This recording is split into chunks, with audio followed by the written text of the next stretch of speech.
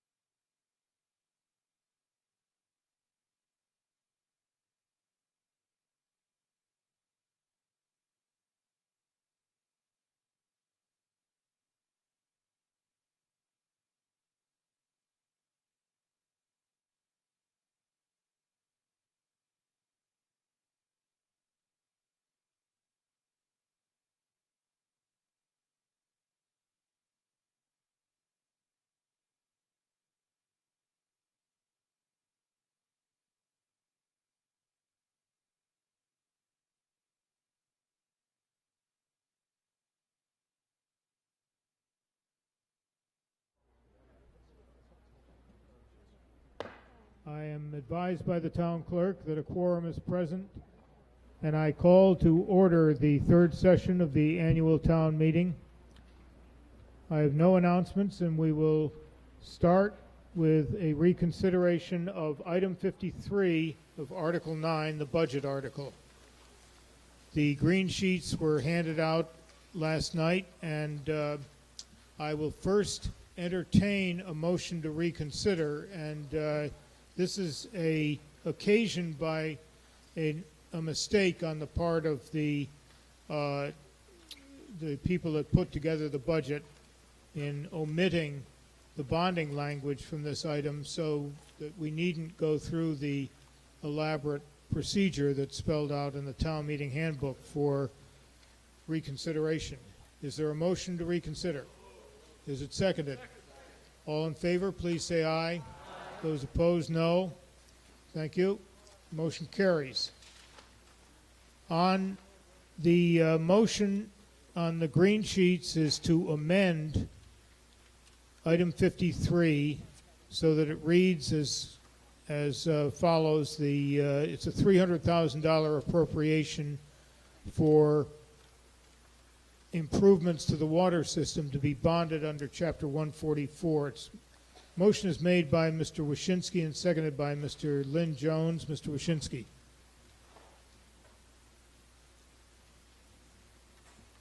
Thank you, Mr. Moderator. Neil Wyszynski for the Board of Selectmen. We're reconsidering this item not to deal with a substantive change to the appropriation, but just to rectify an error with the funding source. So the new language has language which allows for bonding of this item.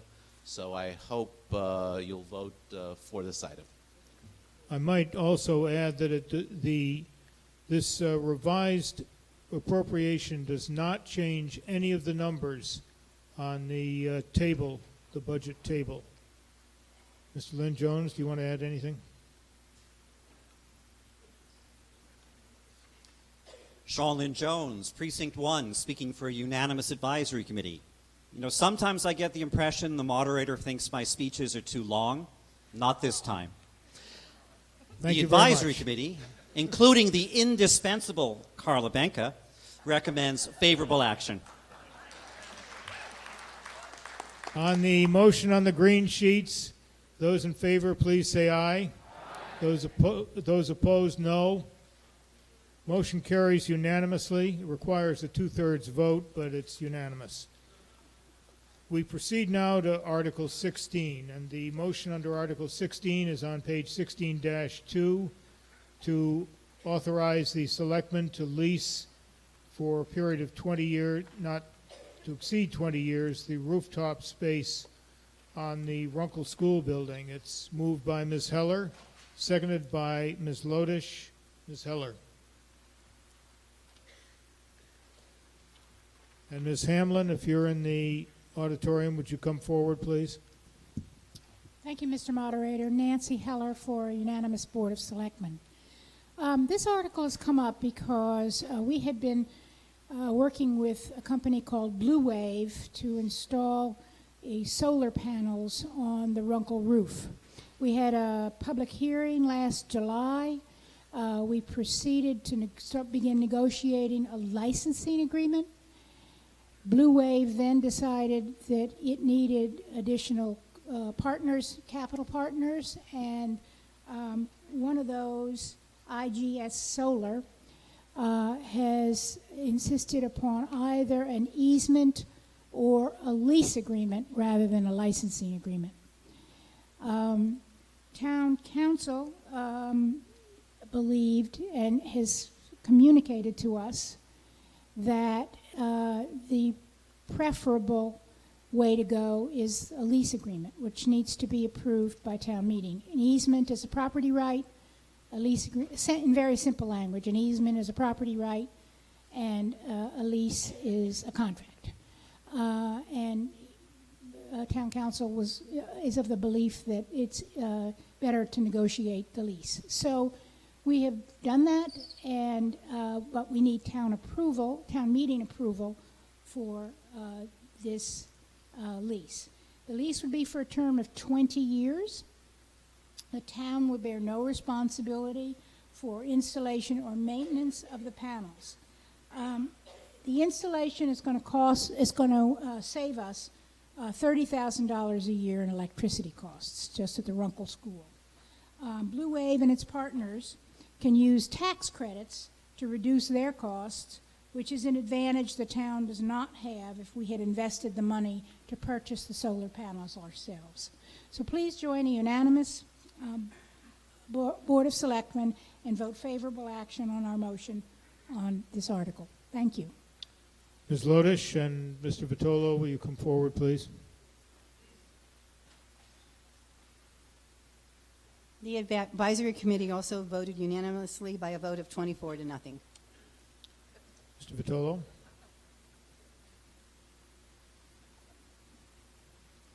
Short, but not that short. Tommy Vitolo, town meeting member, Precinct 6. Nearly 10 years ago, a first-term selectman was placed on the Runkle Building Committee, charged with expanding and improving the Runkle School. Although she was not widely known as an environmental-focused selectman, a greenie-weenie, if you will, she lobbied for several forward-thinking green features at Runkle, including putting solar panels on the roof. It'll never work, she was told. Ha! The naysayers couldn't see the future. This deal makes solid fiscal sense. This deal makes solid climate change fighting sense. And so I wonder aloud if perhaps the naming committee might explore a Runkle solar installation named for that selectman. And so I ask this body to give former selectman Nancy Daly her 20 years in the sun. Please vote yes for Article 16. Mr. Olens? Andy Olens, Precinct 5. Although Nancy mentioned that there is some sort of a protection for the cost of installation and the maintenance of the roof, I personally get very nervous when anybody's up on my roof. And I want to make clear, I would like somebody to make clear, what the guarantee is of the protection and maintenance of that roof. I refer back here to the times we have had the cable companies dig up the roads and they patch the roads. But as we all know, that ultimately inures to the detriment of the town because of the issues so involved. So I am concerned about how we maintain the quality of that new roof at Runkle. Thank you. Town Council or Ms. Goff? Sure. The details of the lease are still being negotiated by Town Council. We have been working with the MAPC, and it was a regional procurement, and so they have been thoroughly vetting the template that we are now going to be using for Runkle. And there have been other communities, Melrose being the most recent, that have used this template, and we'll make sure that we're very mindful of the protections before we have the board executed as well. Okay. Thank you. On the motion on page 16-2, those in favor, please say aye. Aye. Those opposed, no. Motion carries unanimously. Article 17. Motion is on page 17-4, moved by Mr. Wyszynski, seconded by Mr. Levitan, that the town accept a grant of easement from Chestnut Hill Investments, etc., in the words of the motion. Mr. Wyszynski. Neil Wyszynski for the Board of Selectmen. This easement that we're asking you to accept on behalf of the town is the result of a project where the Transportation Board and the Department of Public Works have recommended that a loading zone be installed at the corner of Hammond and Route 9, adjacent to the project. So doing would encroach on the sidewalk and narrow the sidewalk. So what this easement does is it extends the public way into private property to keep the sidewalk width constant, so it maintains a pedestrian-friendly environment, and we ask that you vote for it. Thank you. Mr. Levitan.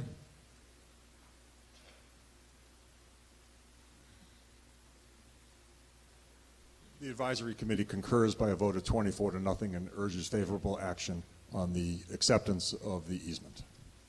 The next time he speaks, Mr. Levitan will tell us who he is. On the motion on page 17-4, those in favor, please say aye. Aye. Those opposed, no. Motion carries unanimously. We now turn to Articles 18 and 19, each of which involve substantially the same subject matter, and so we will have a single debate on the two motions. The motion under Article 18 is found on page 18-3, moved by Ms. Hamilton, seconded by Ms. Khan, to accept the provisions of Chapter 90, Section 17C.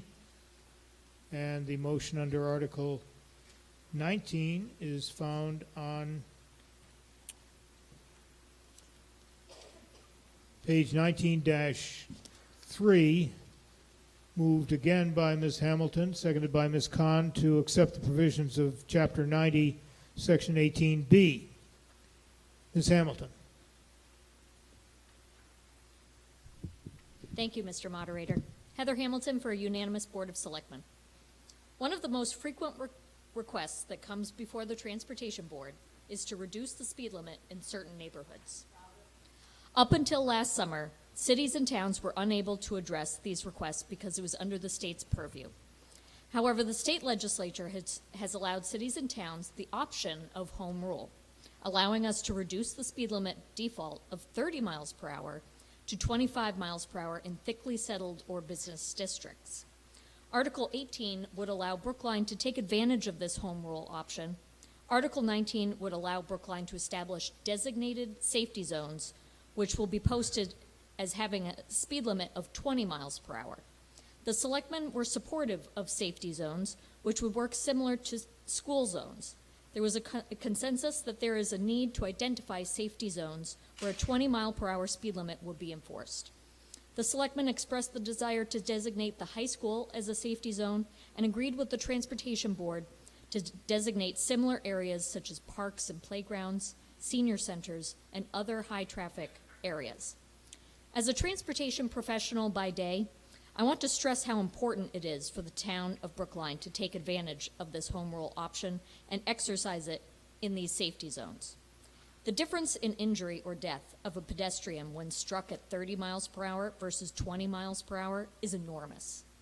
Even if people do not adhere to the 20 mile per hour limit, they usually will reduce their speed by 5 miles per hour compared to what they would have been driving otherwise, and could be the difference between life and death. I will let the chair of the Transportation Board speak more on these issues, but the Board of Selectmen urges favorable action on Articles 18 and 19. Thank you. Mr. Levitan.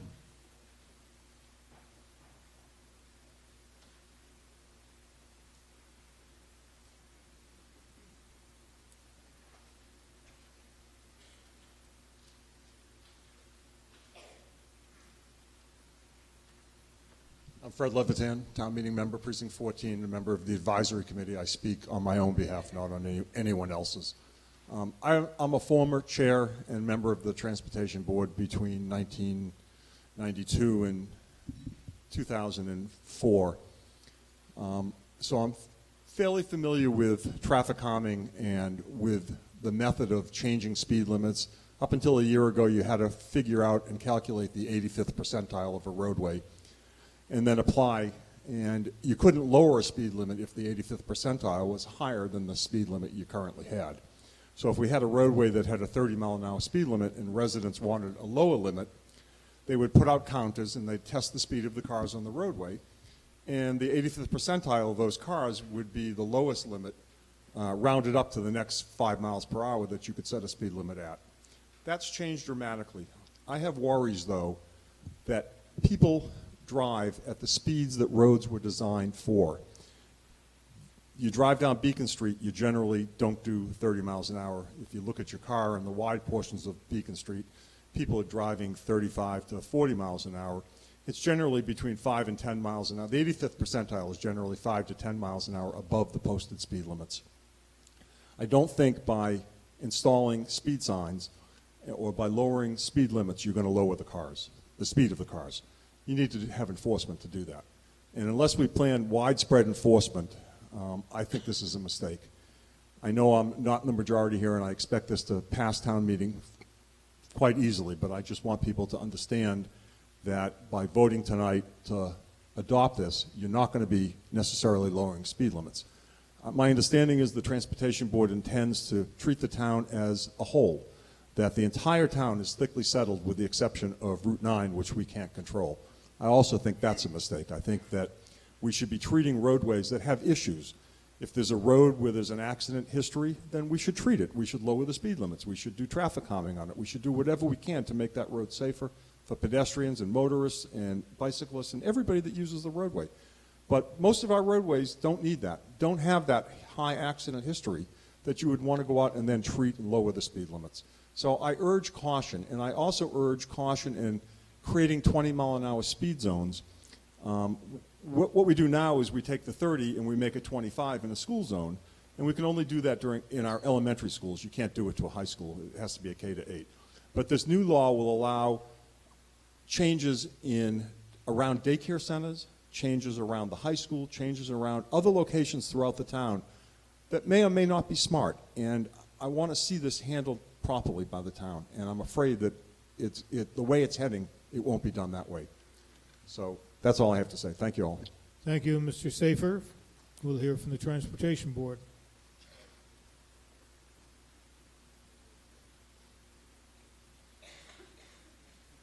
Josh Safer, Precinct 16 and Transportation Board, Chair of the Transportation Board.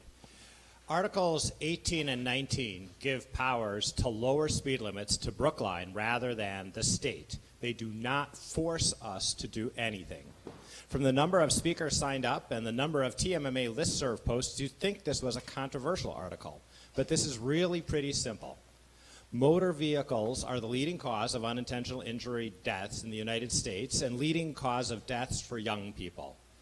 And if you don't call the question by being bored, and it's early, so I think you might not, there's going to be more data to come from some of our colleagues with some specific and dramatic statistics along those lines regarding links of motor vehicle speed and safety, and some very elegant pictures, don't forget to ooh and ah.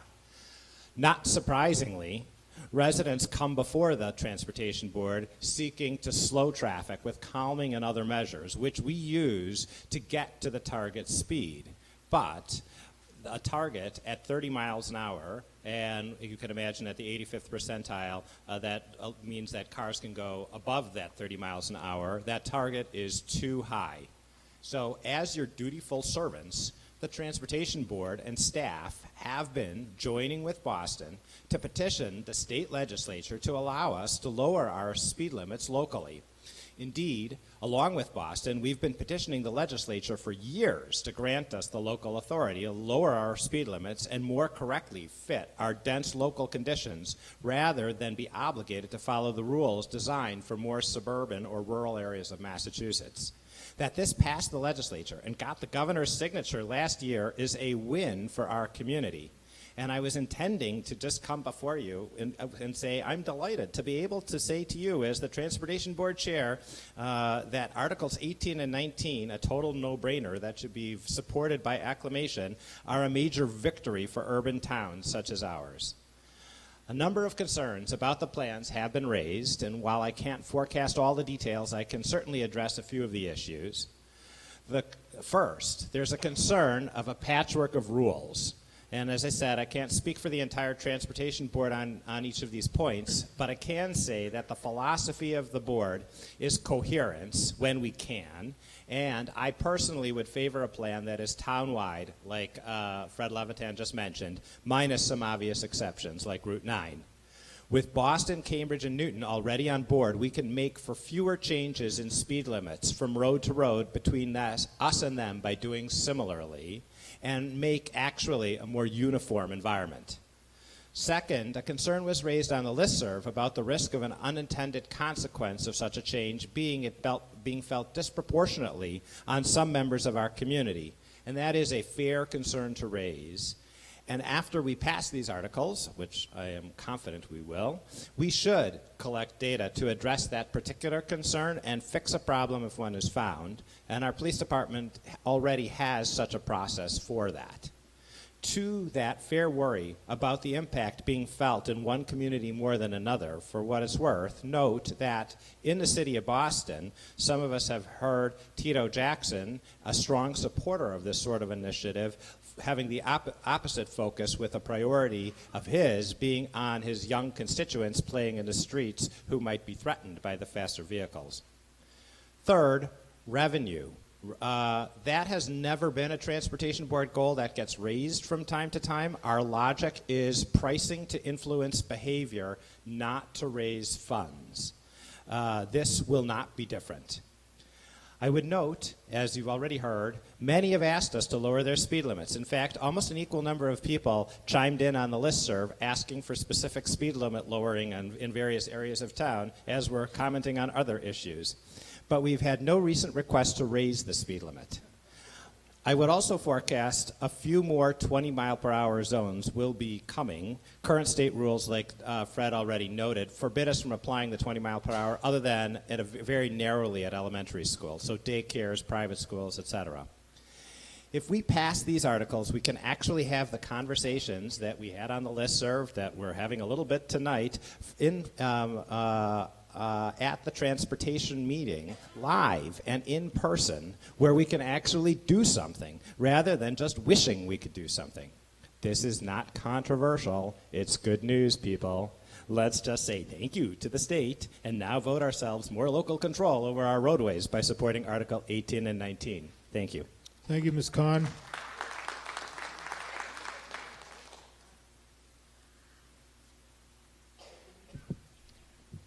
Thank you, Mr. Moderator. Janice Khan, Precinct 15, speaking for the Advisory Committee. The Advisory Committee will recommend favorable action on both warrant Article 18 and 19, but the vote was quite different, so I'm going to address them separately. Warrant Article 18 would allow the Transportation Board, as you heard, to, after public hearings, lower the default speed limit from 30 miles per hour to 25 miles. It's been a long day. Miles per hour in thickly settled residential areas and business districts. Essentially, the entire town qualifies for this. So it can be done either townwide or, as you heard, by neighborhood or roadway, except for state highways such as Hammond Pond Parkway, West Roxbury Parkway, Boylston Street, and Horace James Circle. The primary reason for doing this is, as has been mentioned, safety. Reduced speed of vehicles is associated with greater safety for pedestrians and, I might add, bicyclists. So in August 2016, not 1996 as a misprint in your write-up, in our write-up, the legislature passed the Municipal Modernization Act, which consists of over 253 reforms intended to improve municipal governance. Most deal with financial aspects and helping towns and cities with those. And, but they got these reforms from wish lists from towns and cities throughout the Commonwealth. The act was signed into law by Governor Baker and went into effect on November 7th of last year. Within these are two provisions that would authorize, allow municipalities with authority to lower speed limits within their borders. And that's warrant articles 18 and 19 that deal with that. So if we accept these let's start with warrant article 18. If it is accepted by the municipality, it would allow the appropriate municipality authority, which is the Transportation Board in Brookline, to lower the speed limit by 5 miles per hour. Right now it's 30, it would go to 25. And as it's been said, both Boston and Newton, which can do this by just by a different process by the city council, can do this. In our town, we have to do this through the Transportation Board, which is very good news for us. We get a lot of public input on decisions regarding this. So, as it's been said, traffic calming is the #1 request of the Transportation Board. And we've done such things as construct rotaries, speed humps, raised crosswalks, and curb extensions. But we now have an opportunity to do a different kind of traffic calming by reducing speeds. As has been said, the Transportation Board would prefer to lower this speed limit to 25 miles per hour townwide, which would bring us into alignment with our neighboring municipalities and prevent the kind of patchwork that people are afraid of happening. You're going from Newton, suddenly having another speed limit in Brookline, suddenly having a different speed limit in Boston, since our roads clearly connect all the municipalities. So I'll list a couple of concerns that came up at the advisory committee. Would cars drive slow enough to abide by the 25-mile-an-hour speed limit? They typically now go above that, above 30. So, but the idea is that any reduction would have a positive safety impact. And another concern, if they're reduced on local streets, it might push cars onto the arterial roads like Route 9 or parkways. But those roads are already heavily trafficked, heavily congested, and so in fact cars have been coming off and going onto our local neighborhood streets. So this might in fact be another way of traffic calming for our local streets. And residents would like this trend to be reversed. The other issue that came up was cost. What would be the cost of putting up new signs? But the information is that there are approximately 30 signs at the borders. That's where you would put the signs. And it's at most $100 a sign, probably less. So this is not a huge cost for the town. By a vote of 40 in favor, 4 opposed, and 1 abstention, the advisory committee recommends favorable action on the motion offered by the selectmen. Warrant Article 19 is different. So whereas Warrant Article 18... you have 1 minute. Okay, I've got very short comment. Is a broad stroke. Warrant Article 19 is a finer tool for reducing speeds in what are called safety zones. These are 20-mile-per-hour zones. And it would empower us to do more safety zones than was allowed under the former state law, which was only around elementary schools or private schools, lower schools, by request of the town. The big concern, as was said, is that there might be a whole lot of safety zones creating a lot of chaos here. One particular issue was on Harvard Street, where there are daycare 30 centers. seconds. Yes. So, but it's noted that Harvard Street already is a slow street. This is not going to affect that street very much. So by a vote of 12 in favor, a narrow majority, 10 opposed, the advisory committee recommends favorable action. Thank you. Thank you. Mr. Fernandez and Ms. Jozwicki, you might as well take a seat because I've got 4 speakers, and I'll make sure that you get called on before we call the question. And Chief O'Leary, would you come down and sit in the front row, please? Thank you, Mr. Moderator. Raul Fernandez, Town Meeting, Precinct 9. I rise to offer a perspective on warrant Articles 18 and 19 that does not appear in the article's description or the Board of Selectmen or Advisory Committee's recommendations. As you know, Article 18, if passed, would circumvent a more thorough, some would say laborious, MassDOT process providing Brookline with the flexibility to lower speed limits from 30 miles an hour to 25 miles an hour on specified roadways in, quote, thickly settled residential areas or business districts. That the Transportation Board or the Advisory Committee defines thickly settled areas as all of Brookline is news to me and likely to many of you, as that interpretation does not appear anywhere in the article before us. In fact, in the Selectmen's own recommendations, it does say that this provision would allow the Transportation Board to have the authority to go street by street to implement the lower speed limits. Article 19 would further create additional 20-mile-an-hour zones around areas like Brookline High School, daycare centers, etc. Seems innocuous enough. The undeniable fact is that slower drivers do equal safer roads for pedestrians, cyclists, and other drivers, so who could possibly be against this article? What crazy person is this?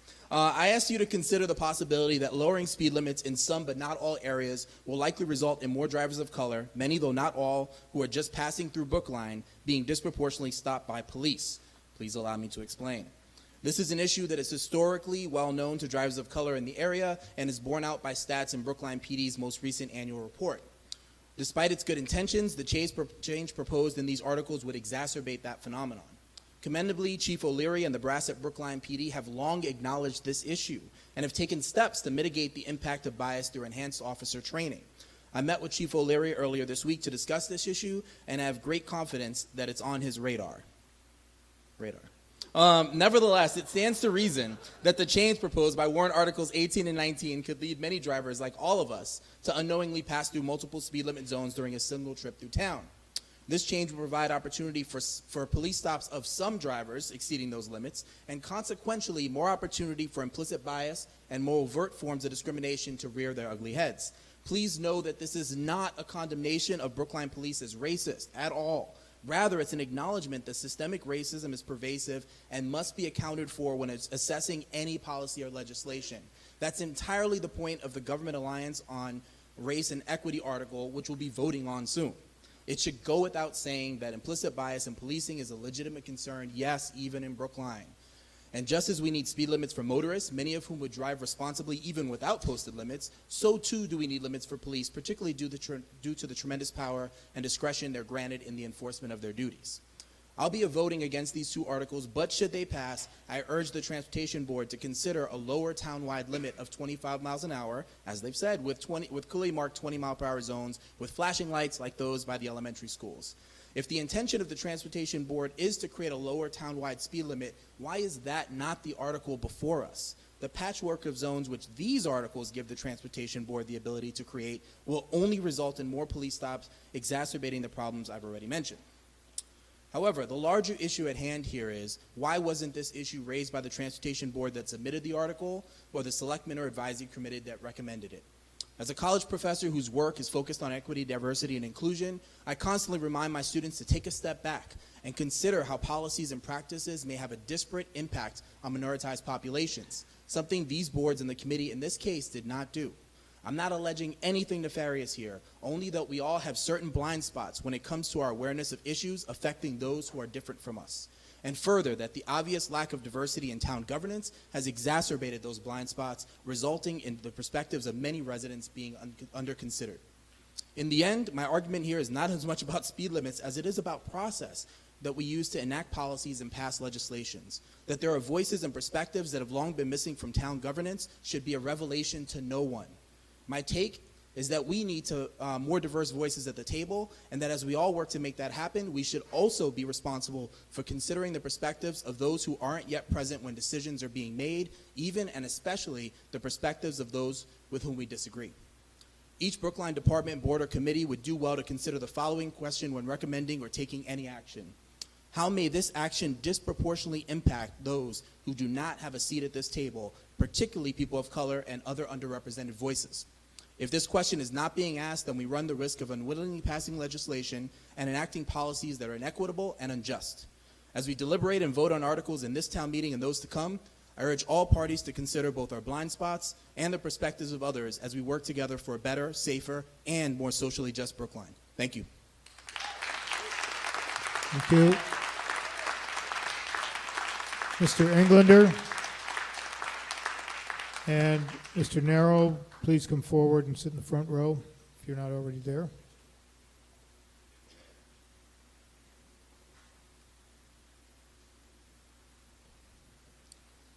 Thank you, Mr. Moderator. I'm Scott Englander, Precinct 6. Scott Englander, Precinct 6, and I serve on the Transportation Board, although I'm not speaking for the entire board. First, I'd like to clarify a couple of things. One is that Article 18 does not apply to places where speeds are already posted. Thickly settled is a term defined in state law. And with regard to Article 19, the state recently released detailed guidelines on where and how communities can deploy 20-mile-per-hour safety zones without state approval assuming that that article passes. Don't have time to get into the details of those either. Next slide. Oh, here we go. That's good. So why are we doing all of this? Well, for one thing, speed kills. And there are a couple of reasons for that. The first is that reducing speed dramatically reduces the frequency of crashes because lower speed increases sight lines, reaction times, and reduces braking distance. And the second reason has to do with physics. Are there any BHS grads in the audience? Okay, great. I have a quiz. Does anyone remember the equation for kinetic energy? No? Okay, next slide, please. I didn't think so. Well, this is it. What's significant about it? Well, the kinetic energy transferred in a crash is the impact. That's what's on the left side of the equation. And m is the mass, v is the velocity. And what this means is that the rate of fatalities and severity of the resulting injuries increases exponentially with speed. Next slide, please. And we can see that here in this diagram. On the vertical axis, we have the risk of death, and along the horizontal axis, on the bottom, we have the impact speed. So you can see this exponential relationship. Next slide, please.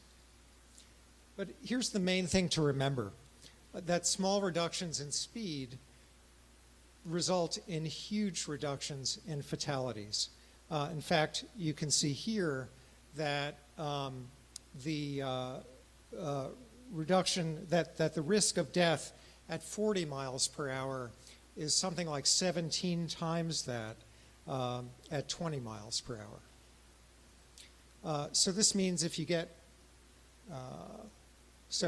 means you're 17 times more likely to die if you get hit by someone going 40 than by someone going 20. Next, please. In Massachusetts in 2014, there were 354 deaths due to crashes. And a good chunk of those, the blue segment on the graph, comprises pedestrians, people walking. And now 354 deaths that's about 30 per month. That should be considered an outrage.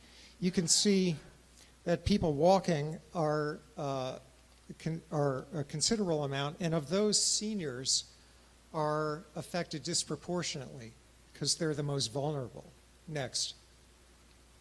Massachusetts residents aged 65 and older have the highest rate of pedestrian deaths, and the rate is 3 times the rate of those under 65. Next slide, please. And you can see why here. The dotted line up above is for a 70-year-old, and the solid line below is for someone who's 30. The risk of death for an older person who's hit is much higher. Next slide. Minorities are disproportionately affected. The fatalities of pedestrians and other people, and this is from a federal report, other people not in vehicles, as percentages of all motor vehicle traffic fatalities were highest primarily for African American children. Now, we all want to get quickly through someone else's neighborhood, but we all want cars to go slowly through our own neighborhood. In fact, excessive speed is one of the main complaints that we get at the Transportation Board. These articles will allow us to keep our friends and neighbors safer, no matter what neighborhood. So a question was raised before, will decreasing speed limits necessarily decrease actual speeds? Well, not always, but on average, yes. And I view speed limit reduction as a tool and a great first step. It costs almost nothing to change and can be put in place and enforced immediately. You have 1 minute. Okay. Subsequent traffic calming measures in the same locations, if warranted, will further realize the outcomes that we're seeking. Next slide, please. The MAPC did a study of the likely benefits due to reducing statutory speed in all of the Massachusetts cities and towns on roads where it would be affected. And they only estimated a fraction of the 5 mile per hour speed reduction that the law would result in. But you can see here that the benefits are huge. And this is all in fatalities and money saved. But that doesn't even include the improvements in quality of life due to reduced cut-through traffic and noise. Next, please. You have 30 seconds. Okay. All of these communities have adopted the provisions of Warrant Article 18, reducing the statutory speed limit. And if we fail to pass it, our statutory speed limit will be inconsistent with that of our neighbors because we'll have no ability to change it. So I urge you to vote in favor of Article 18 to do that, and Article 19 to allow Brookline to create 20-mile-per-hour safety zones in appropriate places. Thank you. Mr. Nero. And Mr. Dempsey, would you come forward, please? Good evening. My name is Anthony Nero. I'm Precinct 5. I'm also a board member of PAX, along with Mr. Fernandez, and a member of the town's Diversity Commission.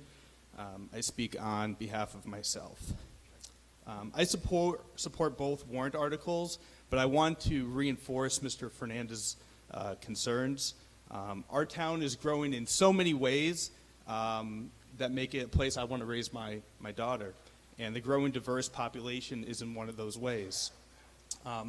It's important that all policymakers in this town, whether it's the Transportation Board, who's going to be, assuming this passes, that's going to be setting speed zones, whether it's the Board of Selectmen, whether it's the School Committee, Advisory Committee, proponent of warrant articles, any commission, or really anyone who makes policy in this town, it's important that they make a conscious decision to consider whether their proposed policy or procedure will have a disparate impact on members of a Brookline protected class.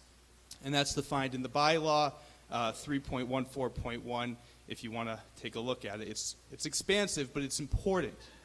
I would suggest that these groups also document their consideration of this issue. And this doesn't just fall on the shoulders of the chief of police, who I think we're lucky to have in this town.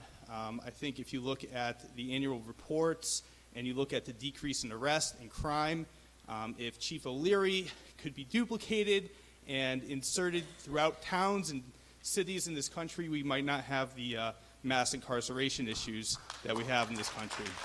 So get to work. It also doesn't just fall on the Board of Selectmen, and I think Bernard Green, Selectman Green, should be recognized as well and applauded for his efforts. He's been spearheading efforts to consider how policies affect protected classes. He's been spearheading revising our immigration policy in this town, and he's working right now, I believe, with Selectman Daly, though I'm not sure who's filling her shoes at this point, but looking at the police policies overall.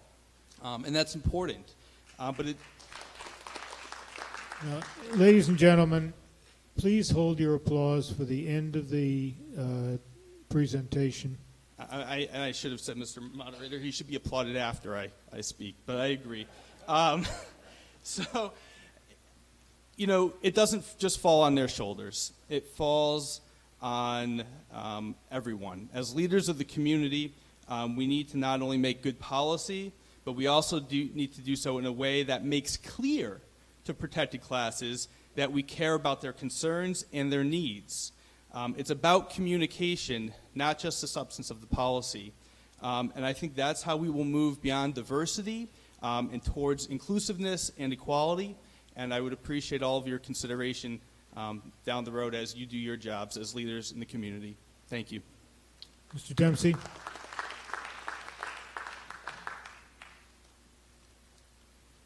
Thank you, Mr. Moderator. Chris Dempsey, Town Meeting Member, Precinct 6, and a member of the Transportation Board, speaking for myself.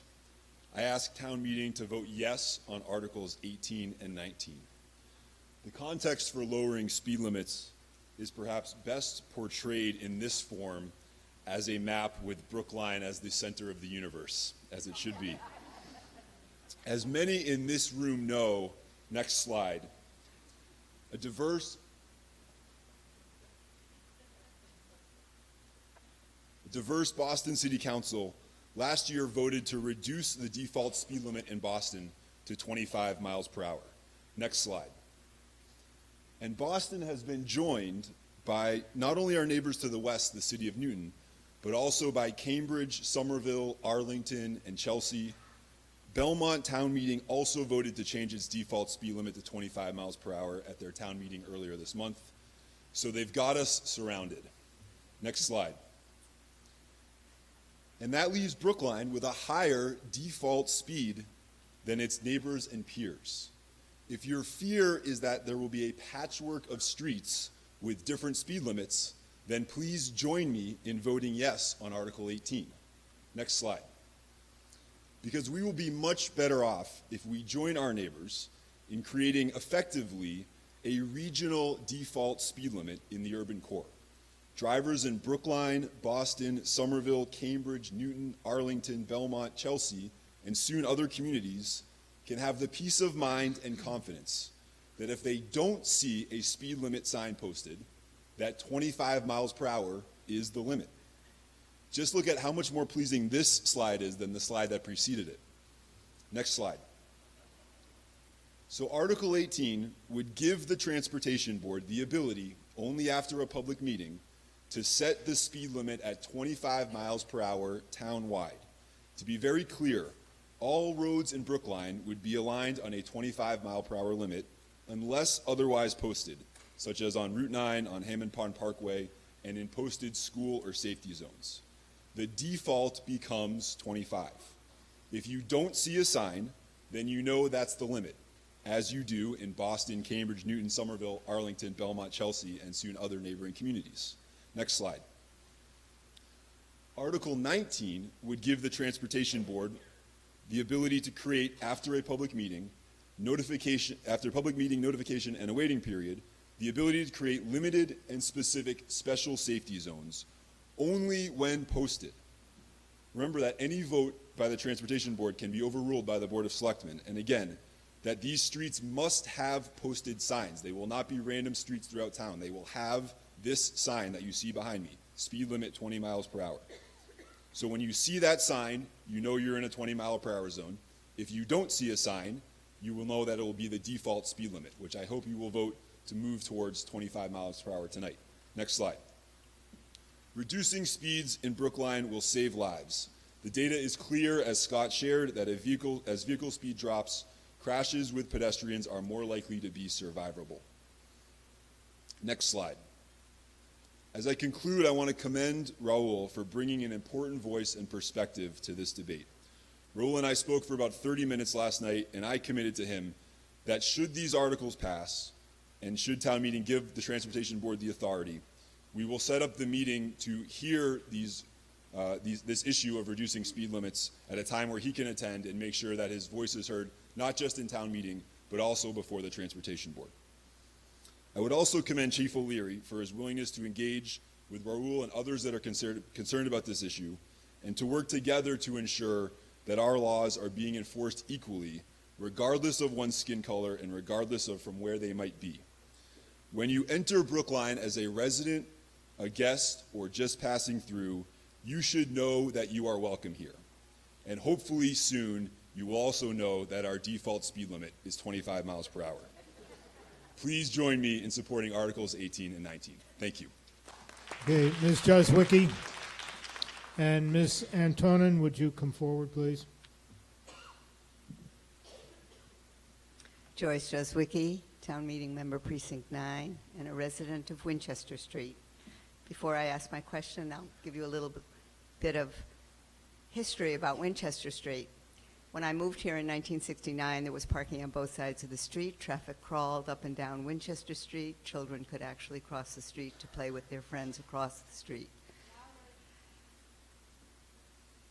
In their wisdom, about 30 or 35 years ago, they decided that they wanted to take traffic off of Harvard Street, so they eliminated even side of Winchester Street parking, which meant that our children could not cross the street to go play with each other unless an adult came out, stood in the middle of the road, and waved down traffic. Well, then it became a concern that traffic was speeding up and down Winchester Street. So we had a traffic calming study. Winchester Street is 6/10 of a mile long. Going from Beacon Street to Brighton, there are 6 different speed limits. Going from Brighton to Beacon Street, there are 5 different speed limits. Going from Beacon Street, there are 42 traffic signs. I'm not counting street signs, the names of streets. And going from Brighton to Beacon Street, there are 36 signs. I wrote a letter that was in the tab last week about the 3 ways to go over the traffic calming raised crosswalks. Number 1 is the law abider, who goes up the street starting at 25 miles an hour, slows to 20, goes over the raised crosswalk, goes back to 25, gets to another raised crosswalk, goes down to 20, and then goes over. And then there's the speeder who comes down Winchester Street and slams on their brake, goes over the raised crosswalk, floors the car, gets to another raised crosswalk, goes over it, slams on their brake, goes over it, and then floors their car. And then my favorite, the one who comes down Winchester Street going 40 miles an hour, flies over the raised crosswalk, bangs down in front of my house, and then speeds away. That didn't work. The neck downs reduced more parking on Winchester Street and make it really dangerous to take a right turn out of Fuller onto Winchester because you have to go into the oncoming lane in order to take the right turn. So here's my question. If we change the speed limits, what are you doing to Winchester Street? Thank you. We'll take that as a rhetorical question. Ms. Antonin? Hi, Jennifer Antonin, Precinct 2. I'm strongly in favor of both of these articles, but I'd like to pose Mr. Levitan's concern as a question, which is, will the town be increasing enforcement of the speed limit? And if so, do you expect ticket revenue to cover the cost? Chief O'Leary?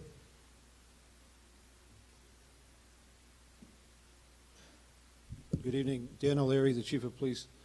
When we get a complaint on speed in a neighborhood, we have a procedure that we do to take a look at it. We don't flood an area with officers to determine whether or not there's a problem. We have a couple of pipes that we lay across the street, rubber hoses. They will allow us to take the number of cars, the average speed of the cars, whether there's at what times this is we get a high flow of traffic, and what times the violations occur. What we do after that takes it over like a 2-week period. We average it out. We figure out if there is actually a problem of speed. If there's a problem of speed, we'll know the approximate times that the violations are occurring.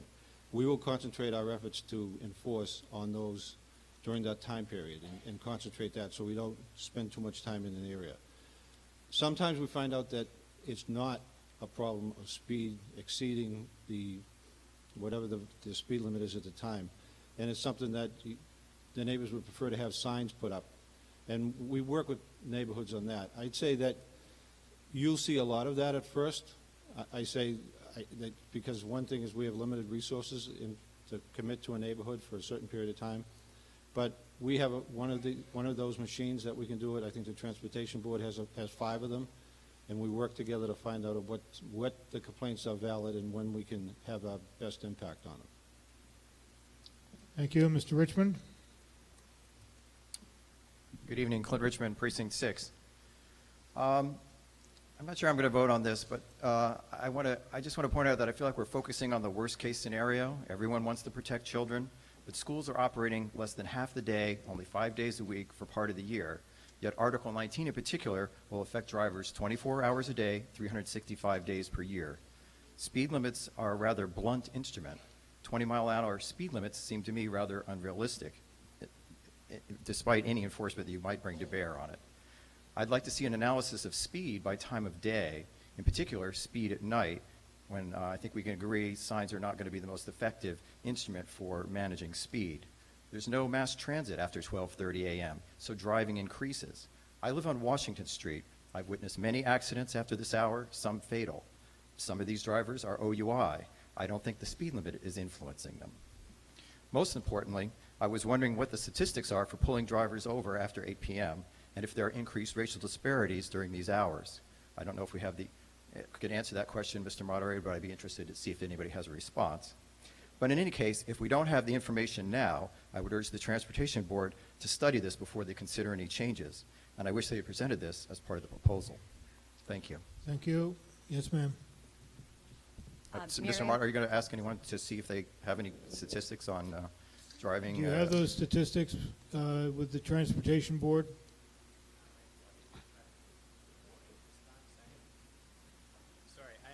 Yeah, I don't have those statistics with me, but these are exactly the kinds of things should this pass that you'll come and discuss with us there. These are all totally reasonable points, which I look forward to discussing. And does the chief have any comment on pulling drivers over by hour of day or by daylight versus nighttime?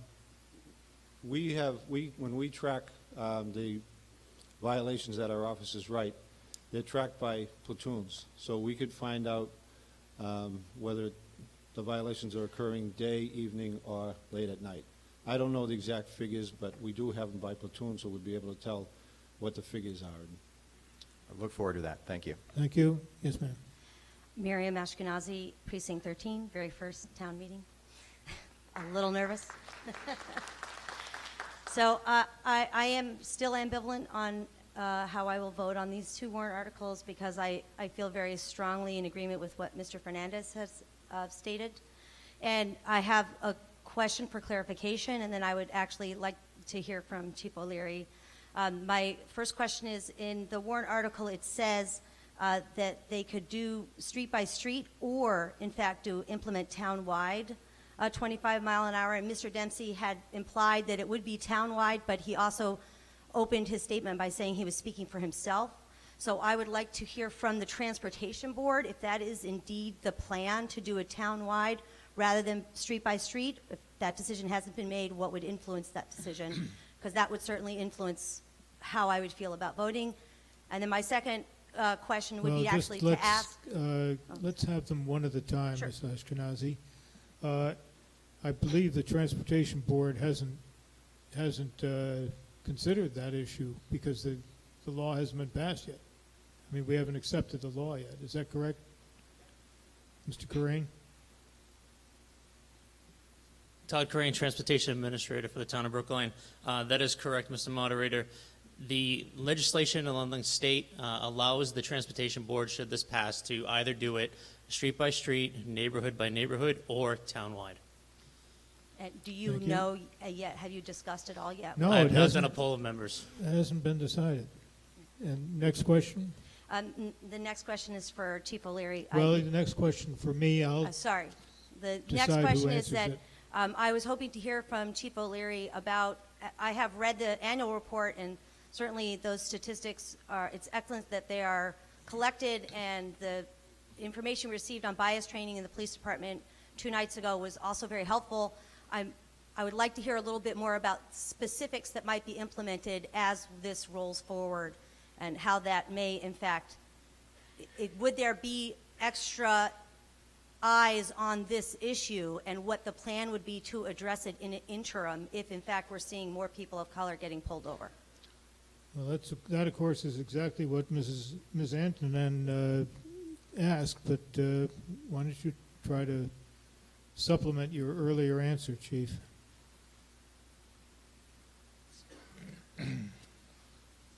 First of all, I think I'd like to explain.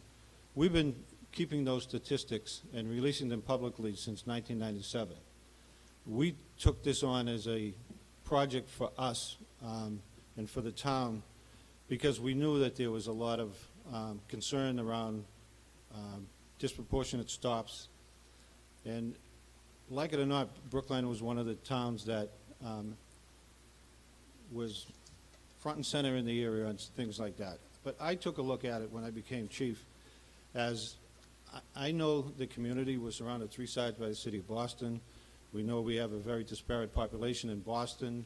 Cambridge is just over the water from us. And Newton is a city much like us, but much larger.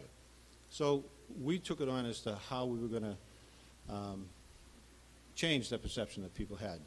I had an opportunity to work with Marty Rosenthal to get these stats passed, and we were the first in the state to put these stats forward, and we released them publicly since 1997 at 6-month intervals. We've constantly looked at those numbers and what they mean. The problem that we have, or the difficulty that we have, is what is the baseline? What do we compare them to? Do we compare them to our population? No, I don't think you can, because there's no walls around Brookline keeping the residents in and the visitors out. So you have to take in your driving population, so you got to figure that out. Right now, probably about 8 years ago, 9 years ago, we participated in a study of crashes with Northeastern. They sent out some students and they did windshield surveys. So they went to different intersections in town and wrote down who they thought were driving by race and sex. We couldn't continue in that study because our crashes were so low, which was a good thing. We didn't have enough value to them, but we took the results of their windshield studies, and that's how we compared the work that our officers did. And we were right in line almost to the percentage point. But that was 8 years ago. We don't know where we stand now. The last time we looked at it, we compared our statistics that we stopped to the populations of Brookline, Boston, Cambridge, and Newton, based on their racial breakdowns. And from my take of looking at those numbers, I did not see that we were engaged in racial profiling with our 2016 numbers. So I dispute what was said, but I'm a person that is open to discussion. I will listen to what somebody says, and if there's a better way to do it, because I'm not a mathematician, then I'm open to it. We would approach this whole thing the same way. We have so much statistics, we'll be able to tell if we have an increase in certain kinds of violations, like speeding. But I have to tell you, right now, there are multiple speed zones all over the town, not just in schools. If you walk down Kent Street, it's 25. You go look down Newell Road, it's not posted. Is that 30? You go around Carter Street, it's 15 miles an hour. That's all in the same neighborhood. We don't get a lot of complaints that we're doing the wrong type of enforcement in those areas. When I said earlier about how we go about deciding where to assign our officers, there's a process to it, because we don't want our officers just sitting there doing nothing, but by the same token, we want them to have impact on the right problem. So there's ways we can look at it and we can follow through. I'm smart enough to figure out all the debate that's going on, and there are ways that we can track it, and I don't mind tracking it. We can do it. We'll work with the Transportation Board to make sure it gets done. Thank you. You, Ms. Gilman? Thank you, Jane Gilman, Precinct 3. Just an observation, when you enter our town, it's posted entering Brookline, also for the neighboring cities that Mr. Dempsey and others spoke to. It would be so easy to say entering Brookline, speed limit 25, and I would like to see the language added, strictly enforced. I speak to a uniform speed limit across town for some of the same reasons that our Winchester neighbor spoke to a few minutes ago, and Chief O'Leary just mentioned the change in speed limits in the same 50 feet, within 50 feet. I think it makes a lot of sense, and I like the idea regionally, if you can take Cambridge, Somerville, Newton, so forth as a region, of having a consistent policy about what we will tolerate in terms of speeding in our towns. I think it makes a lot of sense not to chop up our town or areas of our town with distinct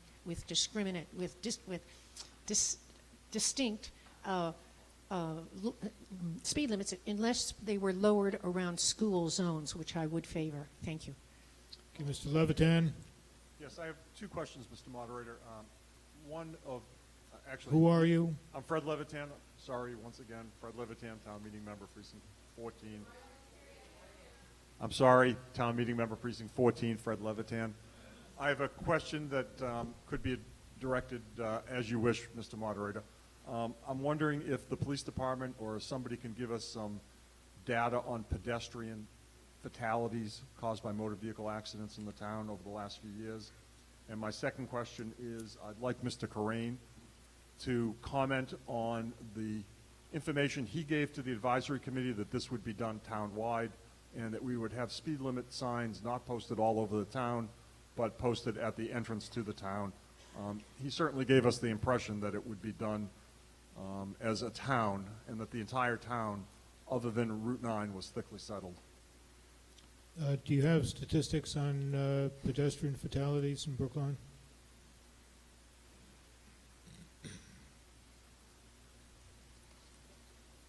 I don't have them off the top of my head. I know that we're fortunate that we do not have a lot of fatal accidents, whether it's automobile, bike. I think our last fatal accident was a bicyclist unattended accident on Carlton Street. Thank you, Chief. Mr. Corain?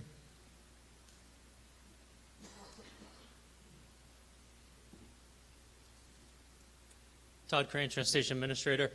With respect to whether it be town-wide or street by street or district by district, as mentioned by other speakers, I prefer a town-wide because it is uniform, it is consistent with our neighbors in all other directions, and it allows us to do something that the City of Boston actually is required now by Mass DOT, is if you do a statutory speed limit that's town-wide, you post it at the borders. If anybody wants to see what it looks like, although they did it very poorly in my opinion, if you go down Harvard Street, where you enter in Harvard Avenue at the Boston City line, typically we put the signs at 7 feet in the air, so they're very viewable. Theirs is about 23 feet in the air. I'm not sure why. But it says thickly settled, speed limit 25 citywide, unless otherwise posted. Ours would be thickly settled, speed limit 25 townwide, unless otherwise posted. And this is the state standard that was signed, that was created by Mass DOT for all communities that do that. Thank you. No, there's some more I'll questions. take that motion for the question. I think we have had a full discussion of these articles and the issues they involve. Is there a second to the motion? Takes a 2/3 vote. All in favor of terminating debate. Well, before we take the vote, I have Ms. Frawley, Mr. Nanian, Ms. Connors, and Mr. Levy at the microphones. No one else in the has signed up to speak who hasn't speak. I'm sorry? Oh, I'm sorry. Beg your pardon. Okay, with that in mind, all those in favor of calling the question, terminating debate, please raise your hands. Those opposed, motion carries by a 2/3 vote. We now proceed to vote on Article 18, the motion. Mr. Moderator? Yes. I'd like to request an electronic vote. Certainly. Thank you. Are there 35 town meeting members who would like okay, we'll have an electronic vote on, this is on the motion on page 18-3 to accept the provisions of Section 17C of Chapter 90 of the General Laws. Main motion, 18 main motion. Whenever you're ready. Okay, you can vote anytime. I remind you, press 1 if you're in favor of this motion. Press 2 if you're against it. Press 3 if you're abstaining.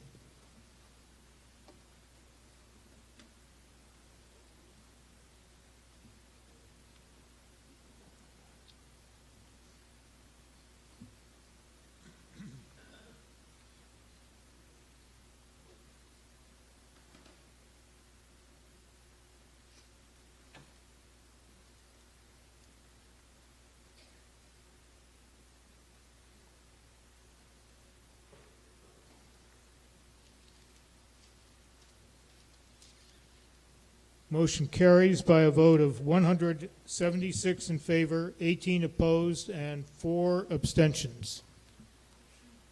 On the motion under Article 19 on page 19-3, you want an electronic vote on that one too, Mr. Carroll? Okay. Are there 34 of your colleagues? All right, we'll have an electronic vote. This is Article 19, main motion.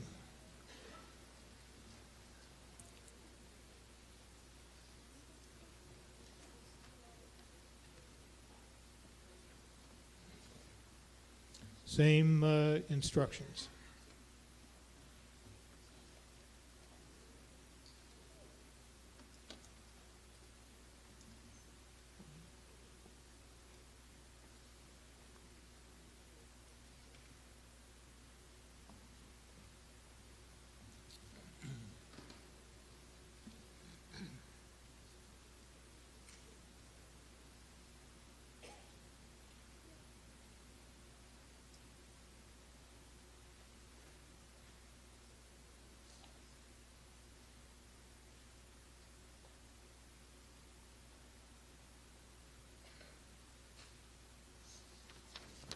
Motion carries by a vote of 159 in favor, 28 opposed, and 6 abstentions.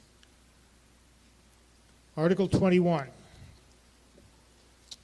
The motion is a resolution that starts in the bottom of page 5 of the pink supplement over to middle of page 7. Moved by Mr. Christ, seconded by Mr. Lescoyer. Resolution regarding a net zero energy 9th elementary school and the expansion of the high school. Mr. Christ, Lowy, and Ms. Scanlon.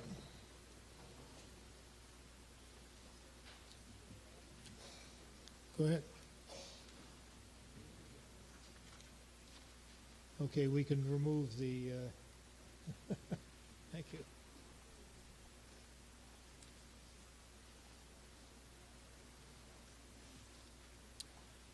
Thank you, Mr. Moderator. My name is Werner Lowy, Town Meeting Member Precinct 13.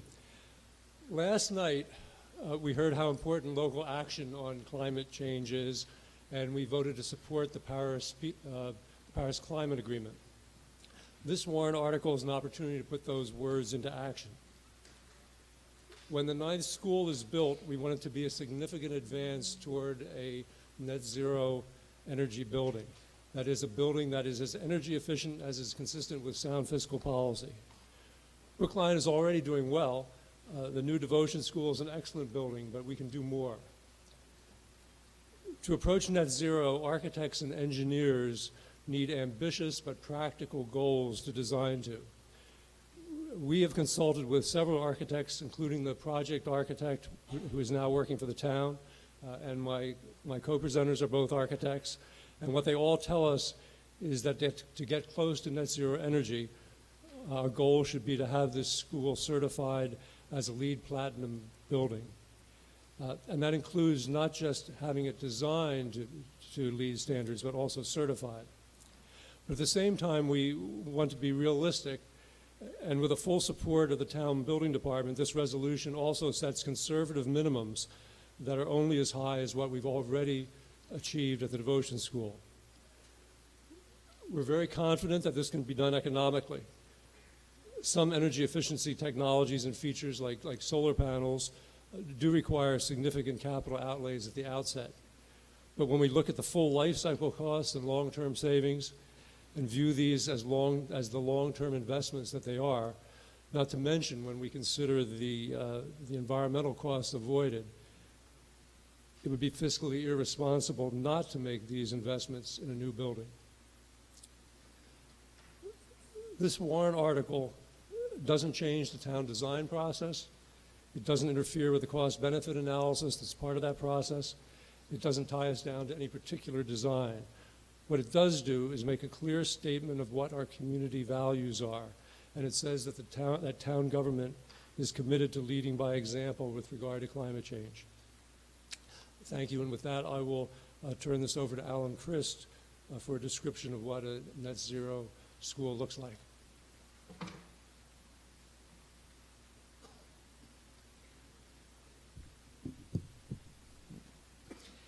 Hi, my name is Alan Christ, and I'm a town meeting member in Precinct 4, as well as a member of the Green Caucus and EDAB.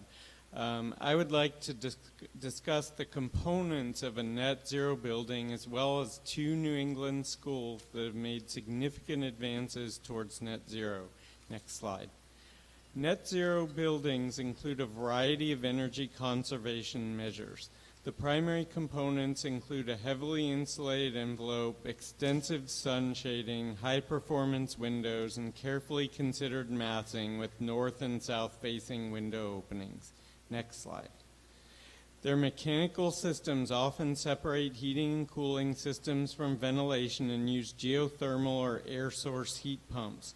Waste energy is reused to further increase efficiency, while power generation systems such as solar PV are also often incorporated. Next slide. The slide above depicts in red the cost of 2 recent renovation projects at Devotion and Runkle relative to the cost of other green or net zero projects in the Northeast. The light green bars represent LEED silver or gold, the medium green bars represent LEED platinum, and the dark green are net zero site energy. While the cost of each performance level varies from project to project, the chart demonstrates that cost parity with standard construction in Brookline can be possible. While there's not yet a consensus regarding relative cost for net zero projects, a recent National Grid study noted that a school project can achieve 25 to 27% energy performance beyond the mass code with 10 to 12 energy conservation measures at an incremental cost of $6 per square foot. Next slide. The following slides describe the green components of 2 aspiring net zero projects. The first is the Claiborne Pell Elementary School in Newport, Rhode Island. The Pell School achieves $116,000 per year of energy savings at a cost of $265 per square foot, which is comparable to the $276 per square foot unit cost of the Runkle School renovation. Next slide. The Pell School includes envelope insulation exceeding code by 35%, daylight harvesting with an automated dimming system, light shelves at south-facing classrooms, LED lighting throughout, and a carefully considered solar orientation. Next slide. The second precedent is the MLK School in Cambridge. The 170,000 square foot school was constructed for $420 a square foot. This cost is similar to the $394 per square foot cost of the Devotion School renovation. Its energy use is 60% less than typical educational buildings in New England. Next slide. It incorporates substantial natural daylight in classrooms, high-performance wall assemblies, geothermal wells, rooftop PV, an automated dimmer system, and gray water storage and reuse. On the whole, these precedents show that it's possible to make a significant advance towards net zero at a reasonable cost while maintaining an optimal educational environment. Next slide.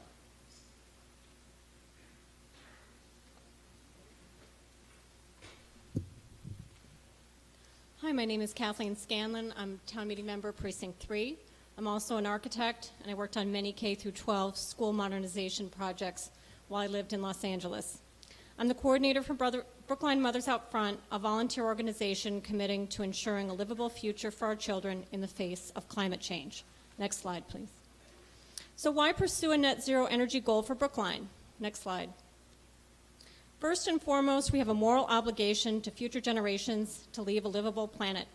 As this slide describes, there's a long list of reasons why we should implement this.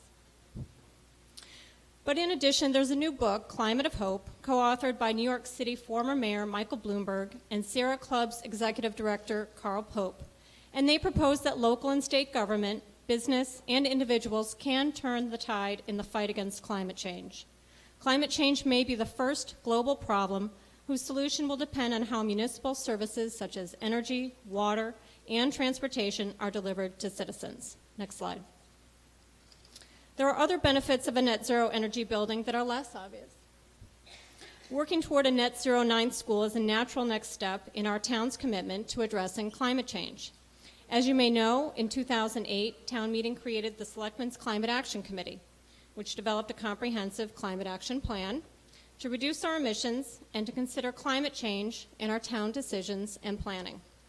The Climate Action Plan sets a greenhouse gas reduction goal of 80% below our 1990 levels by 2050.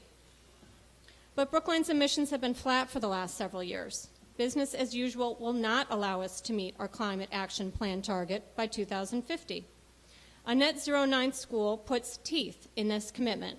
A net zero goal will have a significant impact on our emissions because it begins to tackle the biggest source of those emissions, our buildings.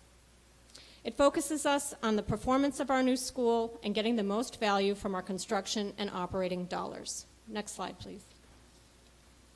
There are many other communities pursuing net zero as listed here on this slide.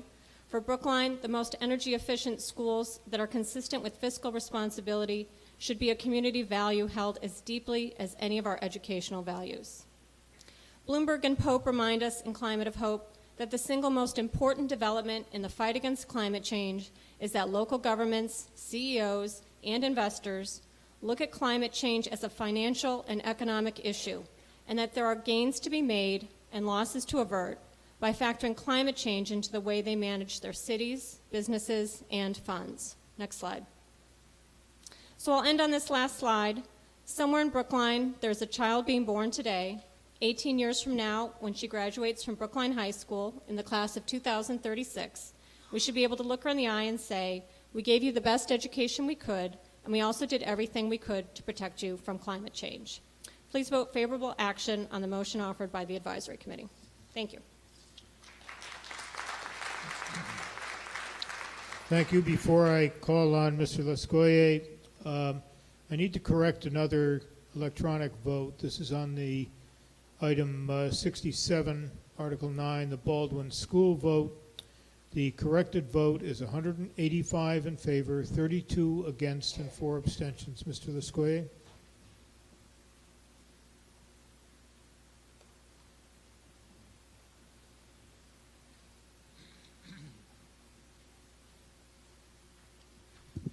Mr. Moderator, I'm David Lescoyer, Precinct 11, speaking for the Advisory Committee. The Advisory Committee recommends favorable action because this warrant article would set in motion the pursuit of net zero principles, thereby aiming to decrease the carbon footprint of our schools as much as feasible. It is consistent with town design processes, the role of the Board of Selectmen, the Building Commission, and the School Committee. Would not have any bearing on fiscal decisions requiring town meeting approval. And it is timely because in order for the most cost-effectively implementation of net zero principles, environmental and sustainable goals should be incorporated into the planning at the beginning of the design process. The Advisory Committee voted 24 in favor, 1 opposed, no abstentions to recommend favorable action on the Advisory Committee motion. Thank you. Thank you, Ms. Heller. And Mr. Vitolo, would you come forward, please?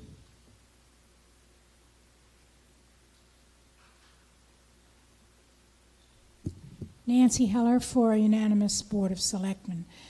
Thanks first go to Warner Lowy, Alan Christ, and Kathleen Scanlon for their hard work on such an excellent proposal. We at the Climate Action Committee have heartily endorsed it and are very happy that this town meeting has now the right to consider this. We all know that given our current federal government, we at the local level have got to do as very much as we can to affect climate change, to reduce the use of fossil fuels, to increase the use of renewable energy. The climate deniers are in charge at the federal level, but not here in Brookline.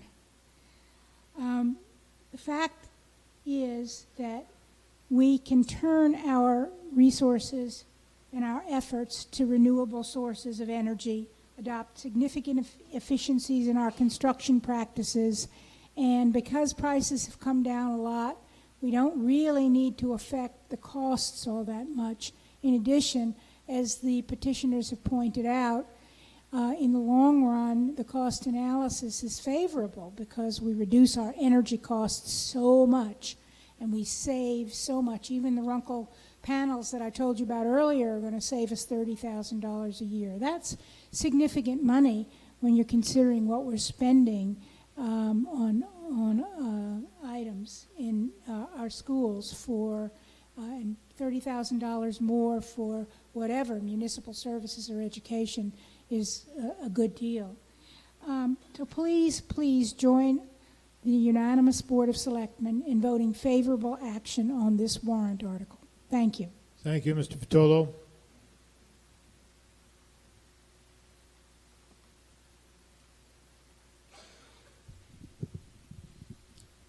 Tommy Vitolo, Town Meeting Member, Precinct 6.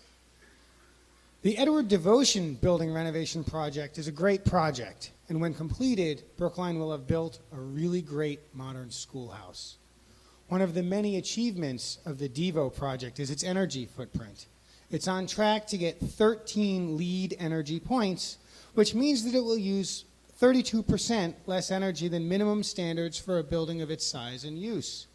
It's a really solid achievement, and one for which we should be proud.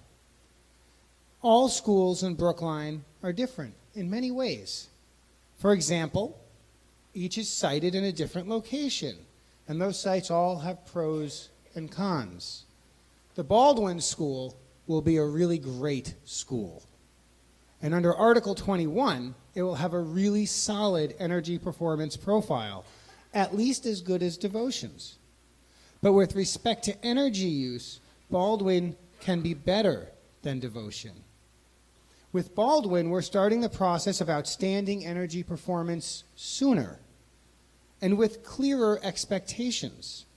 Our staff and our committee members both have a few more years of experience with high-performing schools than when we started the Devotion project. With respect to outperforming Devotion on energy use, we can do it. Baldwin siting means that more cars and buses will go to and from Baldwin every day than does Devo. In order to balance that unfortunate reality, it is imperative that with respect to energy consumption on site, Baldwin perform better than Devotion. We should do it. Warrant Article 21 is all about high energy performance, consistent with fiscal responsibility, and it calls for Baldwin to be no worse than Devotion. And as I've said, that's nothing to be ashamed of. Still, in the past few years, we've come to learn even more about climate change, even more about our town's stretched operating budget, and have had a stark lesson in how our federal government's environmental policy can swing wildly. On Tuesday, the moderator asked that we not applaud a member mid-speech, and so I ask that you continue holding your applause until the end. I also ask Mr. Pollack, Mr. Wyszynski, and all other committee members, town staff, and hired professionals involved with the Baldwin project to listen closely to the applause at the end of my comments.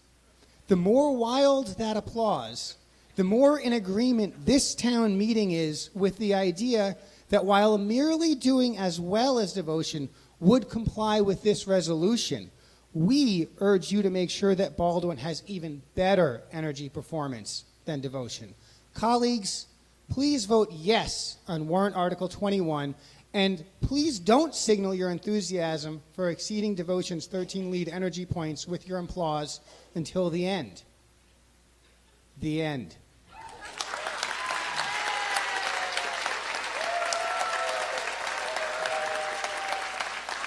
Mr. Englander.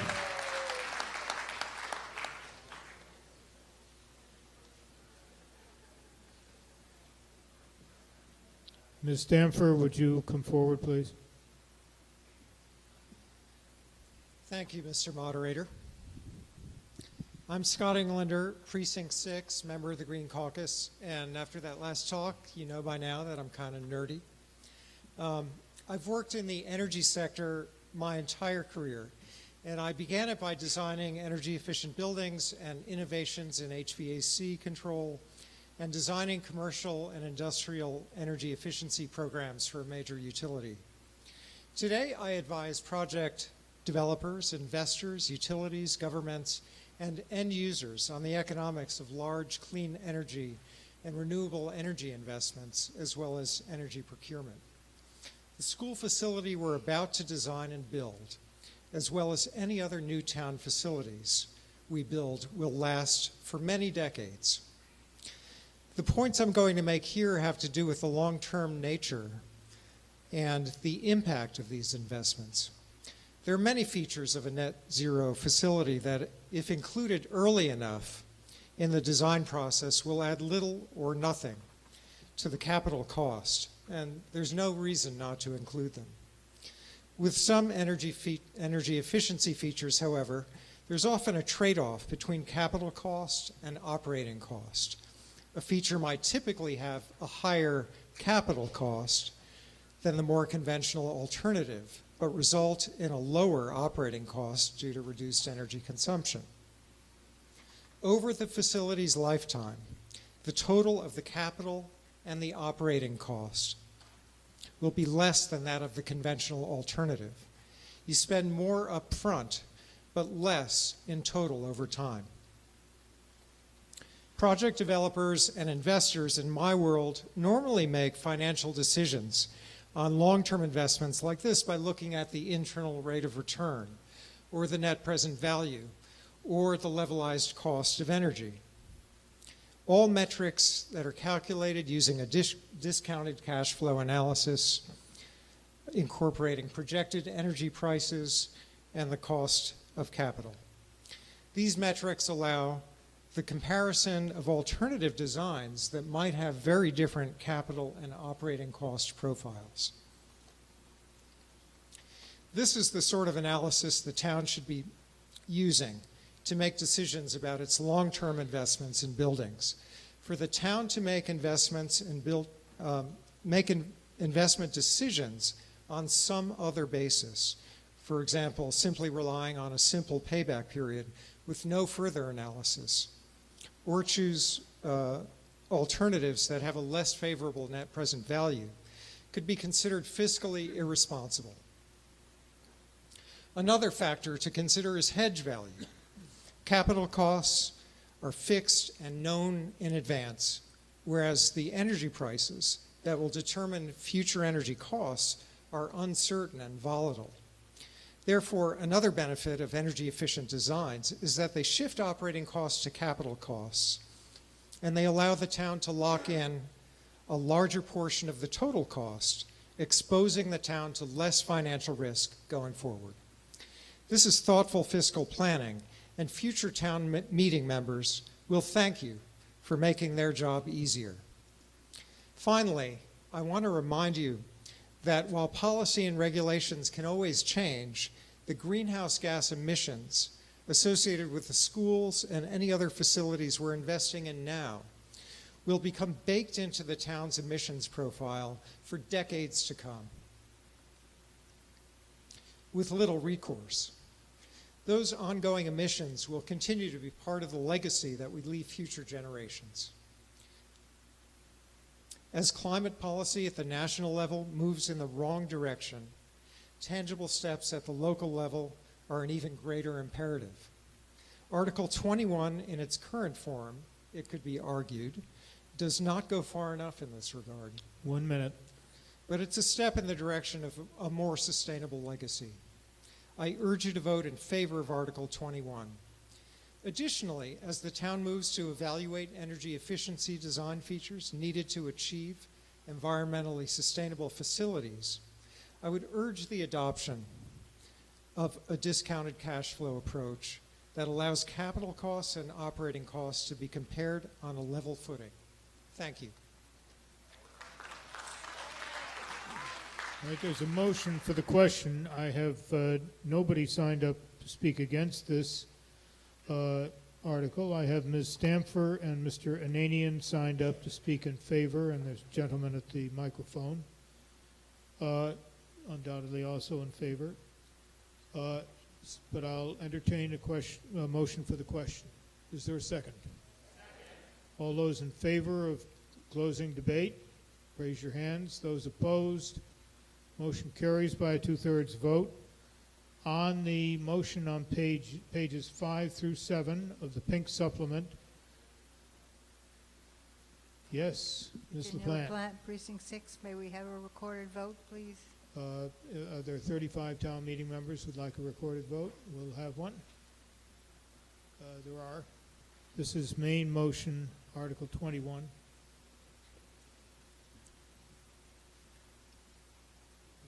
Fire when ready.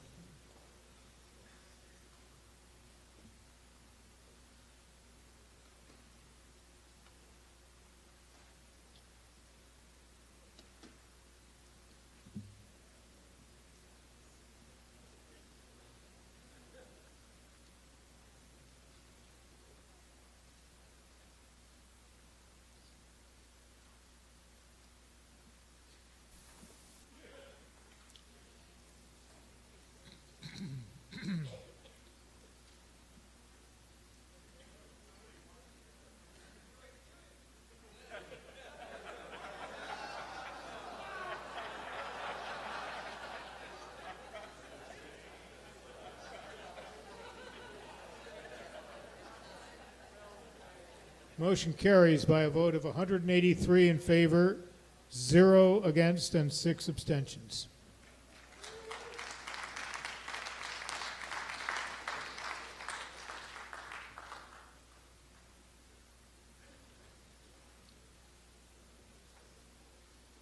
We now proceed to Article 22, and I think there are a number of people in the television audience who are interested in being present for the special town meeting article on impeachment.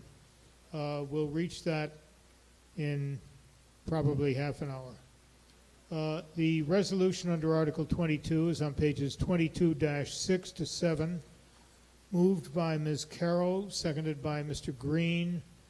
Resolution to support the town of Brookline to participate in the Government Alliance on Race and Equality, a.k.a. GARE. Ms. Greenwald.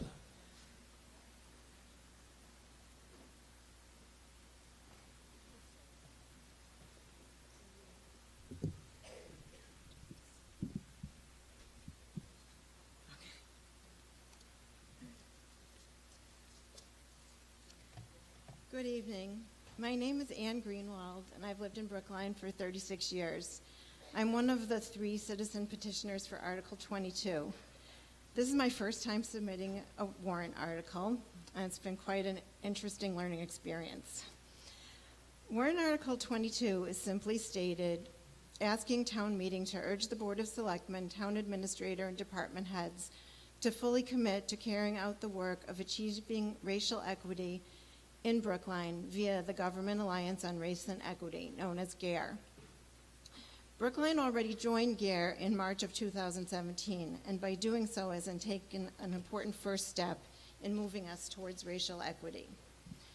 Here's the context of how we came to submit Article 22. For the past year or so, a coalition of Brookline residents have been thinking together about how to address racial inequity in Brookline. We started with the understanding that racism is structural and deeply embedded in the institutions of this country. In order to reverse centuries of institutional racism, we need to figure out how to create long-lasting structural change. This is not a quick fix and will take a lot of work and commitment. As a white person, I had to decide to take on racism. I had to gain understanding that the hurts of racism affect everyone negatively, albeit very differently, and that no one can truly live a good life when others are oppressed. I made a personal commitment that I would never look away again. We all have personal work to do to challenge our conditioning and preconceived notions about race, but this personal work is not enough to end racial inequities. This is why we must also address institutional racism. When we look at structural racism, we know that it's not about individual blame or bad or racist people. It's about the structures of our institutions. I'm here tonight because we have a real opportunity in Brookline to help dismantle structural racism and replace it with racial justice. A year ago, the City of Boston held a race summit to announce that they had become the first city in New England to join GARE, the Government Alliance on Race and Equity. Our coalition attended the summit to learn more about GARE and how it could help us in Brookline. Several town department heads were also there in attendance. What we learned was that GARE is a network of longtime organizers and policy experts led primarily by people of color with deep roots working against racism who are now using their skills to partner at the government level. Their mission is to create a national network of local governments working to achieve racial equity and advance opportunity for all. Racial equity is defined by GARE as when race is no longer used as an indicator of life outcomes, and outcomes are improved for all. The GARE process uses a variety of tools to examine government policies, programs, and decisions through a lens of racial equity.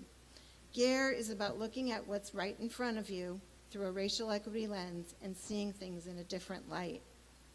The goal is to create changes that improve outcomes for people of color and for the entire community. The idea is that racial equity is integrated into all the work we do as a town. After the summit, we were convinced that GARE could be a meaningful tool for Brookline, so we got to work getting the word out. We organized community meetings. We talked to people in GARE cities across the country, and there are 33 regions where GARE is being implemented with about 100 cities and towns total at this point.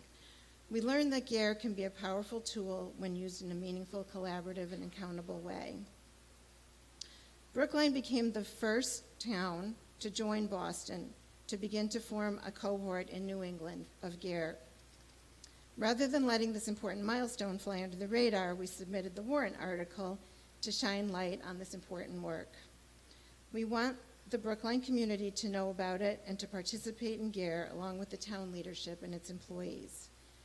A testament to community support for GARE is the petition we circulated, which now has close to 500 signatures.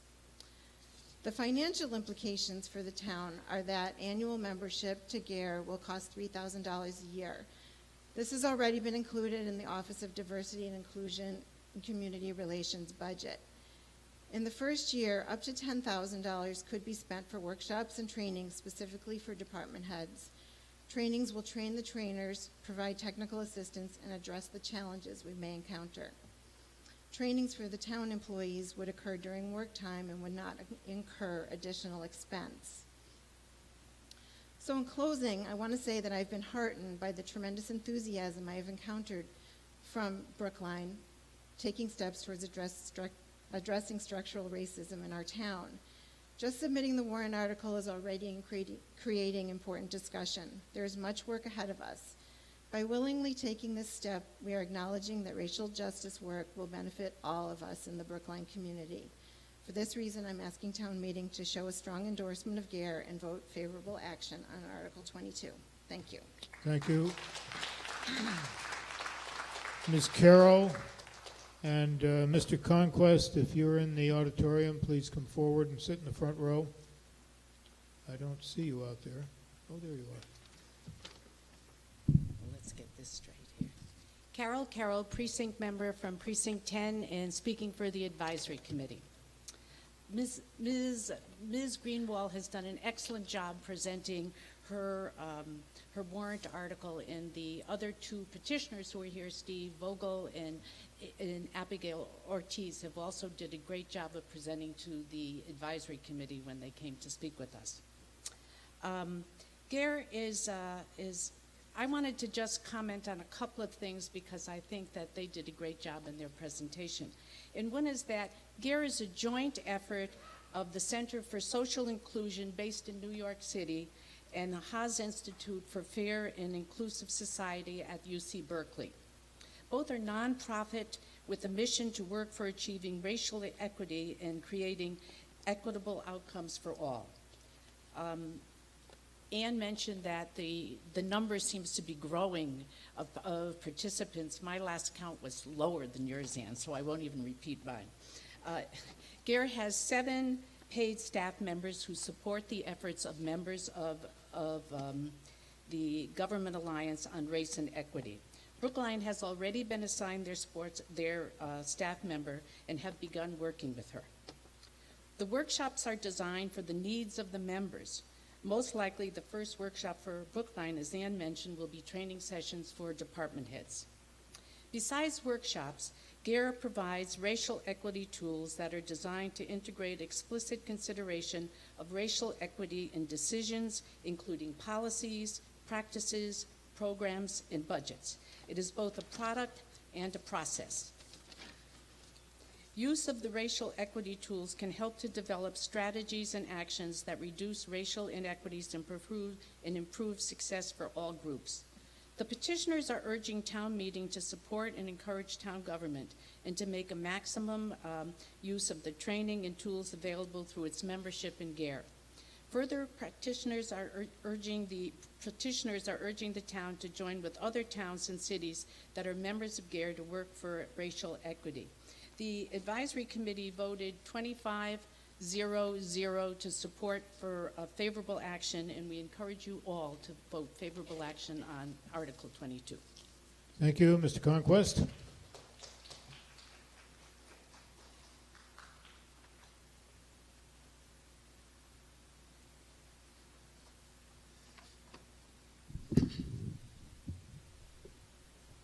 This okay?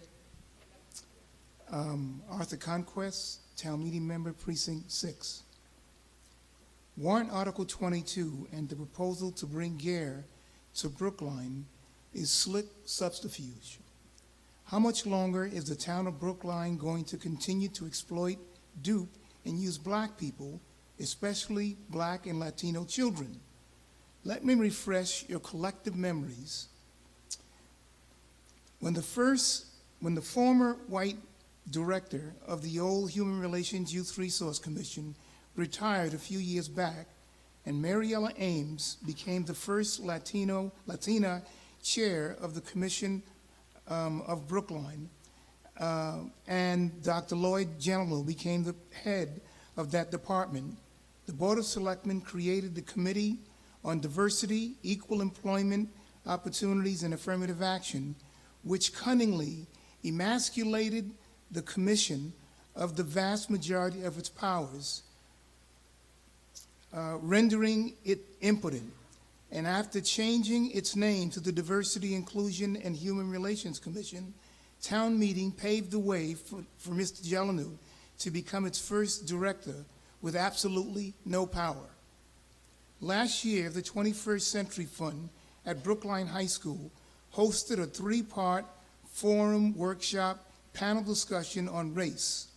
At the 4th of April session held in the Slunch Gym, it was titled, quote, Race and Community, Seeing the World Through a Different Lens, unquote. The 100-odd participants, including the Board of Selectmen, the town manager and his assistants, the school committee, the Public Housing Authority, the vast majority of the department heads, town meeting members, and members of the Diversity, Inclusion Commission, and community activists like myself and the moderator. We played musical chairs at maybe 20 different tables for almost an hour and a half, and during each exchange, there was a recorder who kept notes. At the conclusion of that gathering, participants were told there would be a report forthcoming summarizing the statements concerning race in the community that were being made during the discussion, which participants took part in at the tables they rotated through. Sadly, a year later, and not a single peep from the 21st Century Fund.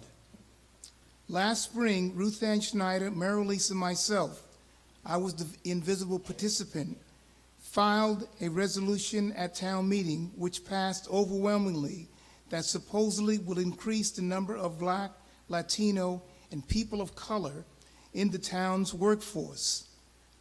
How many, I asked, has that initiative created and produced? Last summer, the director of the Workmen's Circle Ann Abby Erdman, a former school within the school teacher at Brookline High School, came to me and asked if I wanted to help them implement the GARE initiative because they wanted to address and solve the problem of racism in Brookline. Neither of these two women reside in Brookline, by the way, but they took the name of the organization they formed as Brookline for Racial Justice and Equality. In the final analysis, after all the planning and organizing was done, what they really wanted from me was to be their house Negro, as in... You have 1 minute, Mr. Conquest. Thank you. I was not their equal, and as an inferior being, I was needed to do as I was told. Until the white power structure in Brookline admits that the problem of racism is deeply embedded in this community, the GARE initiative put forth is going to evolve the same way all of the other initiatives that have surfaced over the past decade since I've been involved in community activities and events encompassing the dissolution of racism in the town of Brookline. Thank you very much. Thank you. Mr. Green.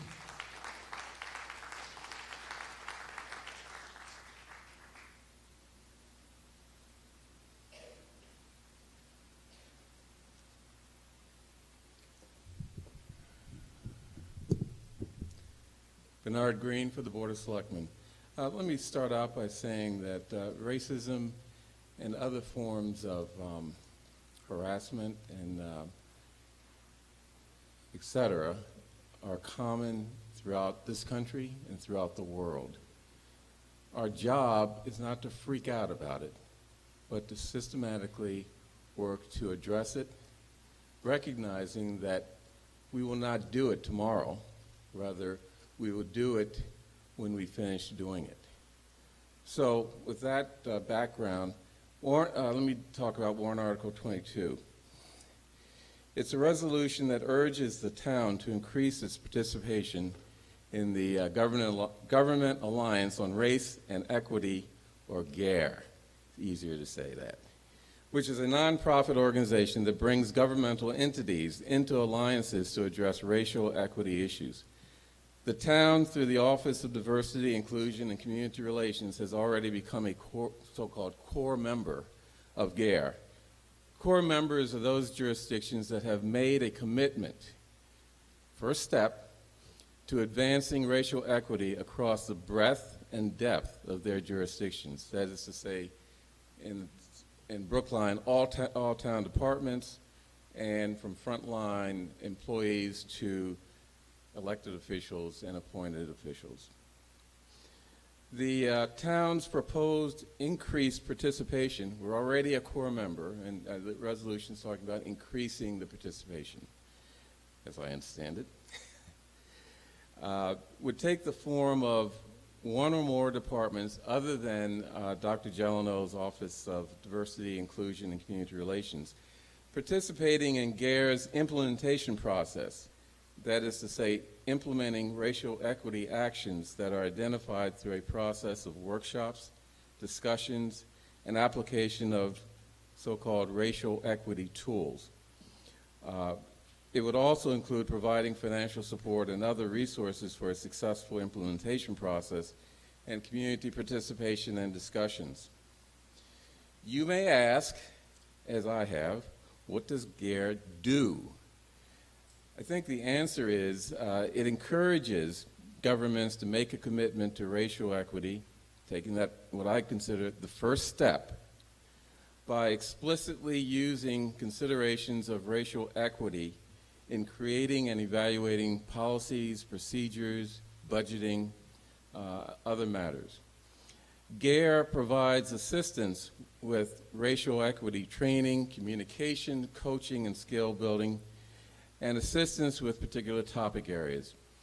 It uses what they call racial equity tools to guide this process.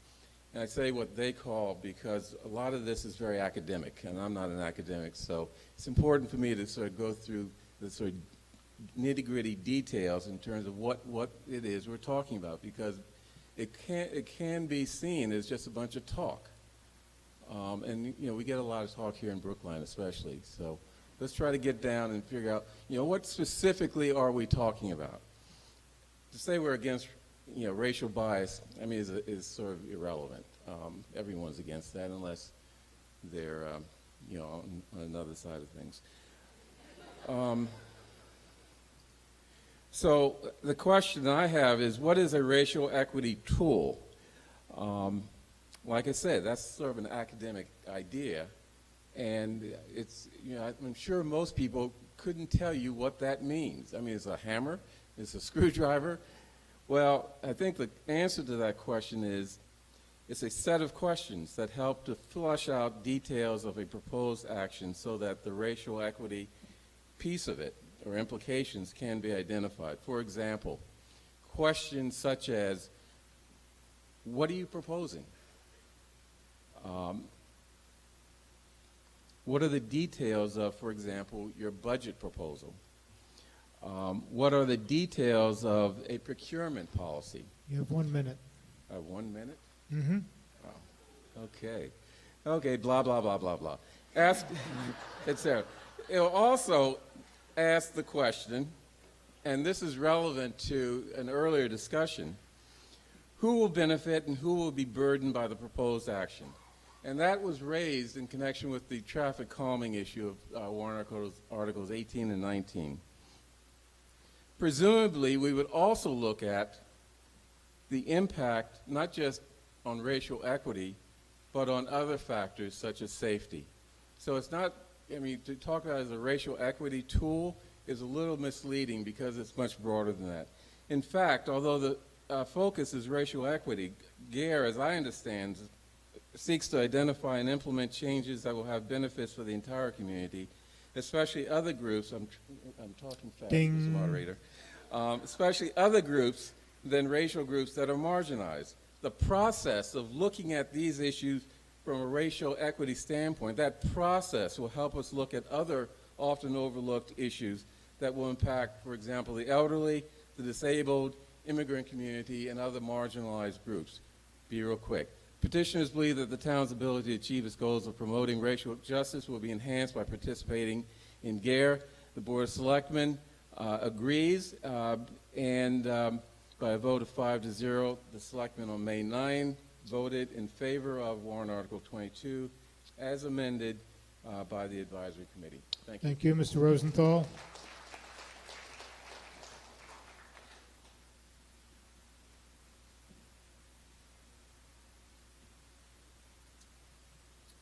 Thank you, Marty Rosenthal, Precinct 9, co-chair Brookline PACS. So I support this with enthusiasm. I was very pleased to be among, it seemed like at least 100 people at Workman Circle that were started on this months ago, and have a slight say among all those people into the makings of this article, and among other things, adding the school and school superintendent to the article, which I'm very pleased was done. And I hope that the town meeting will overwhelmingly vote for it.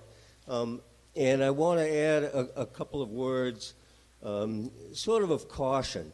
As has been mentioned, these issues are universal in the United States. They may be universal in the world, although I don't get out of the United States too much. But from what I read in the papers, they're going on everywhere. And they may never go away, unfortunately.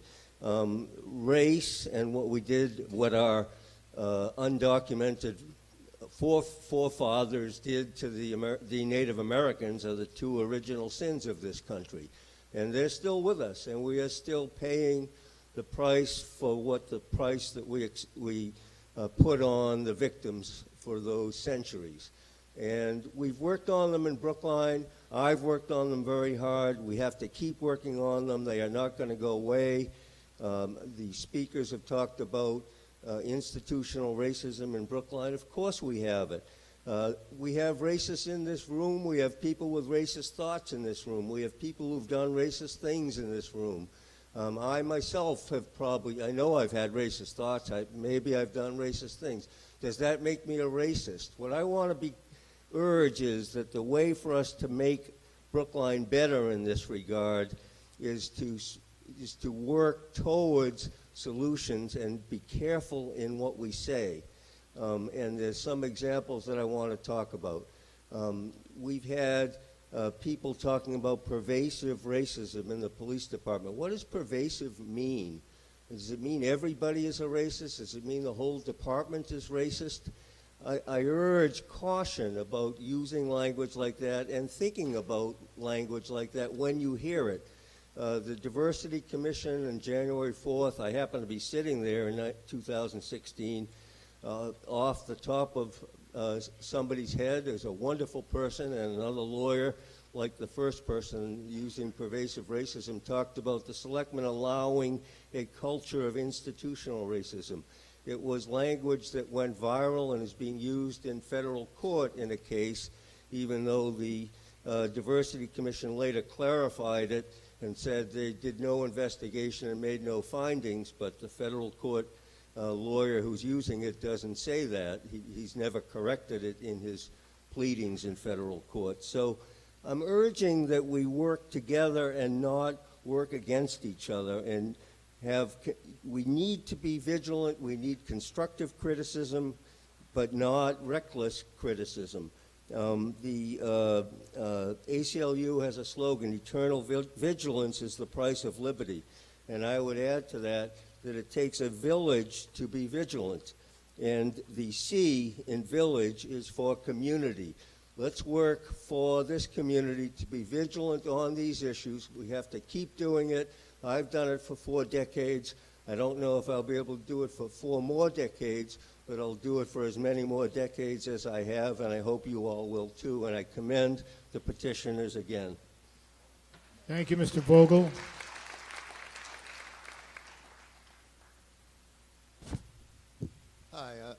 Hi, I'm Steve Vogel. I'm one of the co-petitioners, and I'm a resident of Precinct 5, not a town meeting member, and have been a resident close to 40 years. And as we all know, Brookline has already joined GARE, which then has raised for a number of people, why are we doing this still? And there's a number of reasons and why it's important. One, as it's already been acknowledged, there's always institutional resistance to change. Actually, that wasn't acknowledged, but I'm acknowledging it now. Conversations about race are always uncomfortable. White people get guilty, they get angry. Black people get angry when white people feel guilty, when they say things they shouldn't say. It makes everything difficult. Racial bias, which is often unconscious, places barriers to change. Given continued racial disparities in our country, wealth, income, housing, education, and health outcomes, even race-neutral policies, which most governments tend to have, basically reinforce those very disparities that possibly some of them were created to try and get rid of. GARE offers Brookline tools to help overcome barriers to change. We are looking for a resounding yes vote tonight. It sends a message to our town leaders and the rest of the Brookline community that we need to make changes now. That we expect our leadership not just to say supportive words, but actually to lead, to engage with town departments, to communicate expectations and hold people accountable. Success will require that town government engage with the community at large, and in particular, communities of color who have been affected in Brookline. They need to be, issues have to be prioritized, programmatic changes have to be consulted, and feedback has to be a continuous loop with people in the community and people of color in this community. We who are working on this are cautiously optimistic that we can do important work in Brookline. But it's going to require the community and the support of town meeting to do this, and we invite you all to work with us. Thank you. Thank you, Ms. Summer Rivera. Did I get that right?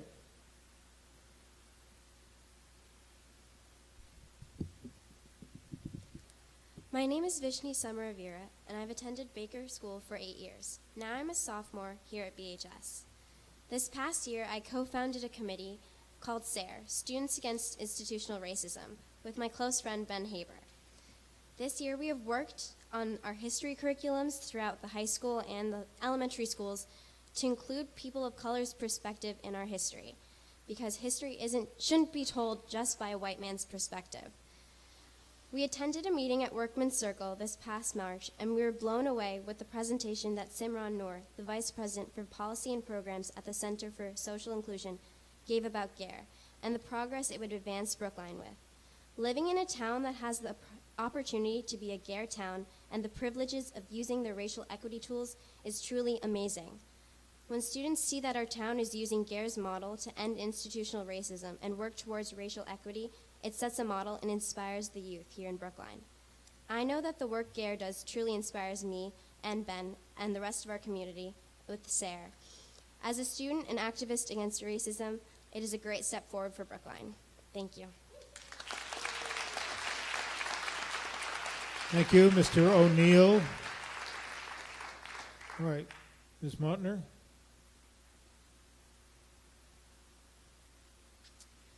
Good evening, Rebecca Plout-Mountner, Town Meeting Member from Precinct 11, speaking to urge you to vote to support Warrant Article 22, and more importantly, to dig into the work that this warrant article will require from all of us going forward.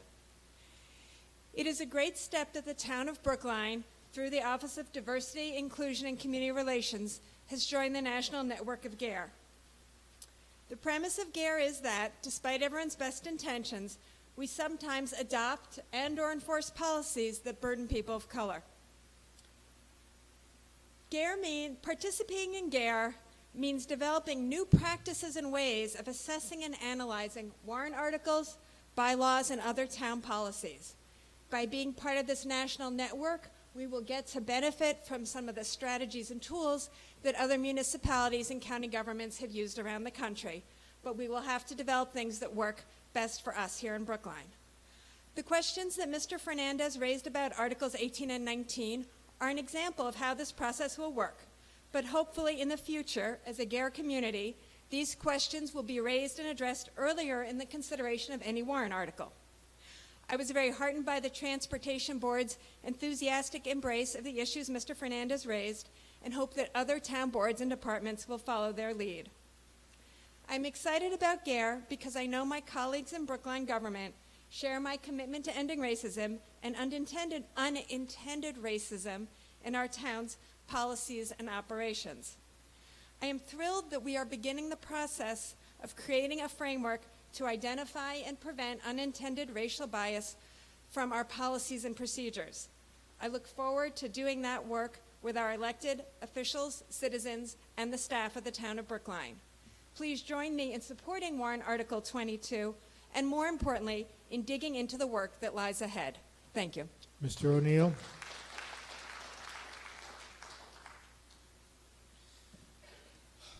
Hello, everyone. Donnell O'Neill, senior from Brookline, Mass. I lived here my whole life, almost 40 years. I'm in support of the article.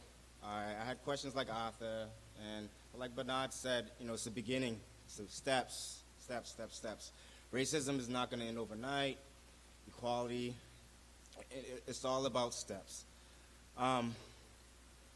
If race and equal opportunity start to happen in Brookline, we won't get embarrassed so much. We won't be on the news for the police and the fire. It will start a process of peace. Okay, there's no racism. There's equal opportunity. No one can complain. There's no issues. There's no grievances. Okay. It's that simple, people.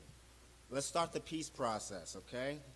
I just want to leave something with you. This is called Let There Be Peace on Earth. This is an old song. This is what I want to do.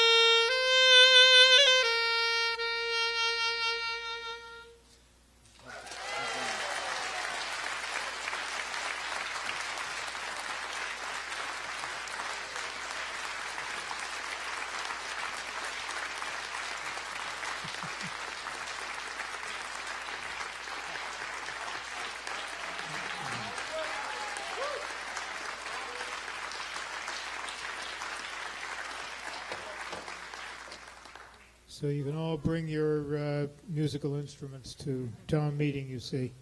Mr. Harris? John Harris, Precinct 8.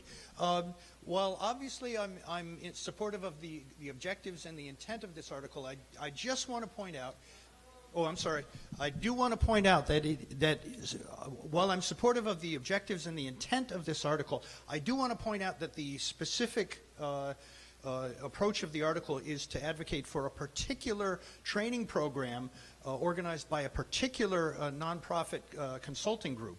And I just, having worked in human service programs for most of my working life, what I found is that what was a state-of-the-art program run by very energetic and talented people one year, several years later got kind of tired and thoughts had moved on, et cetera, et cetera, et cetera. And it happens often in institutions. I would contrast, for example, the U.S. Constitution, which is still viable, albeit, many years later, albeit with amendments, versus, on the other hand, Esperanto, which was considered state-of-the-art at one point, and people have moved on. And I don't know if this is a question or a comment or what, but I would hope that there would be an understanding in this that if obviously, by all accounts, very talented and bright people who are running the GARE program and have designed the GARE program, if those people move on or retire or whatever, and if the idea is if the thought moves, if the field moves on, if we have an understanding that we have kind of not locked in Brookline to membership for whatever, till the end of time or whatever. So, Mr. Fernandez? Sure, Mr. Green.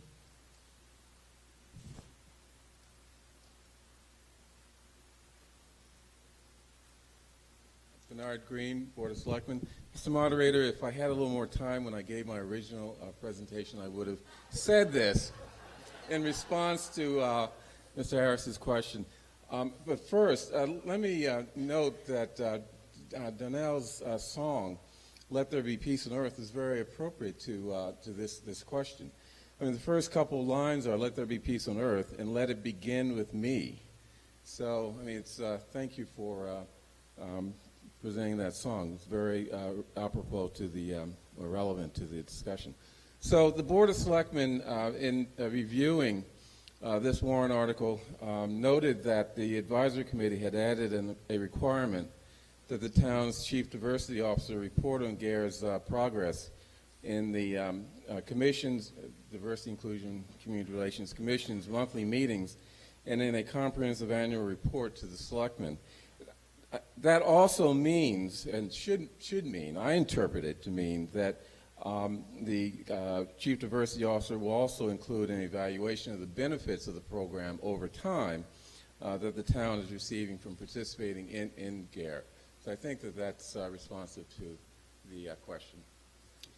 Thank you, Mr. Fernandez. Thank you, Mr. Moderator. Raul Fernandez, Town Meeting Member, Precinct 9. I plan to fully support and vote in favor of this motion. I urge you to do so as well. Yes, and let me take a couple things, please. First of all, I received some fantastic stats. I asked earlier this week from Director Gillino and received some stats on our committees and commissions and the makeup of those committees and commissions. I want to say briefly before I get into that, I want to thank I've reached out over the course of the last week to a number of folks that work in town governance, either that are paid by the town or volunteers who spend tremendous amounts of time working for the town, and the responses that I got and how quickly I got those really thorough responses from Selectman Franco, from Town Clerk Ward, from the Diversity Commission, from Mr. Kleckner as well, and from others. Thank you so much, Chief O'Leary and others, for your tremendous responsiveness. I think it speaks highly to how much people care about this town and about town meeting in particular. I want to say that among the statistics that I got, I asked about sort of diversity in committees and commissions. And as you all know, these are by and large volunteer positions.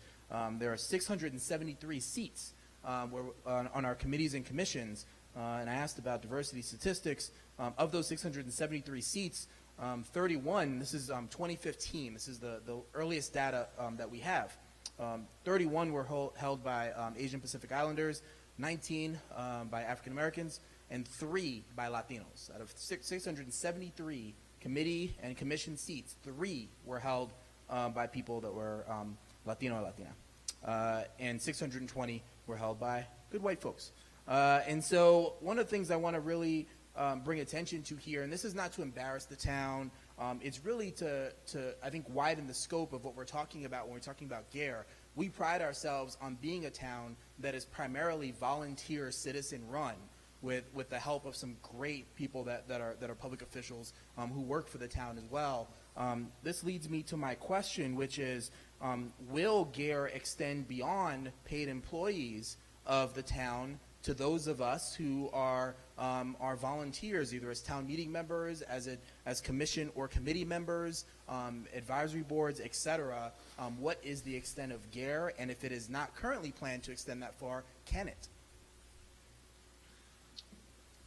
Thank you. Mr. Levy? My name is I was hoping for a response to that. Sorry, I don't know who the appropriate person, Mr. Moderator, is to respond to that, but I was hoping for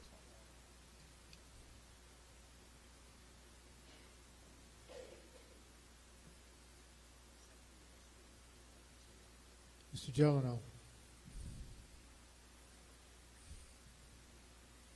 Lloyd Gelano, Office of Diversity, Inclusion, and Community Relations. The answer is community-wide.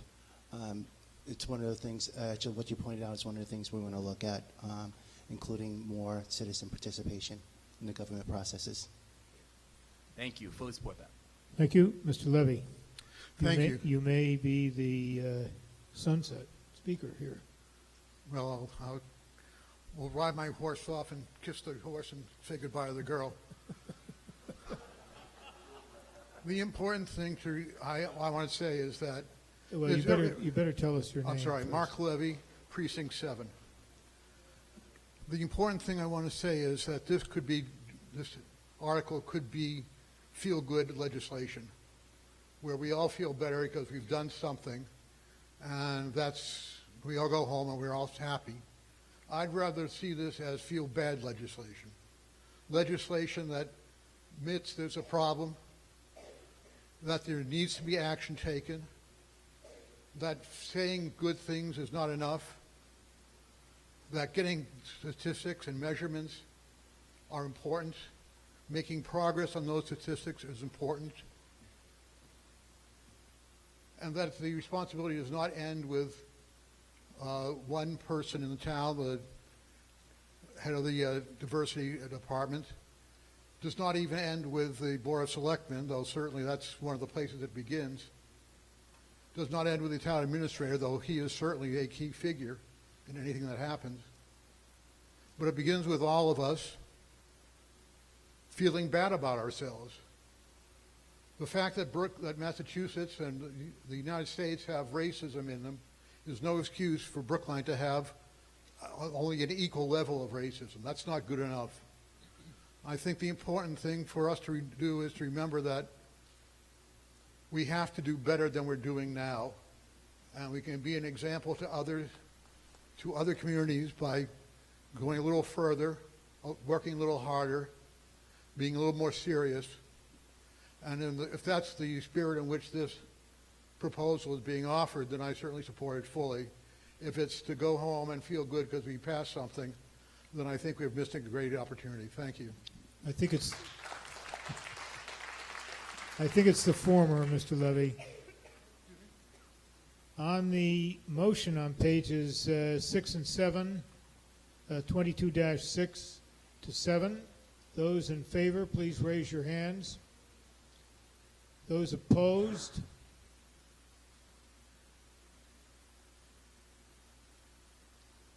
Motion carries unanimously.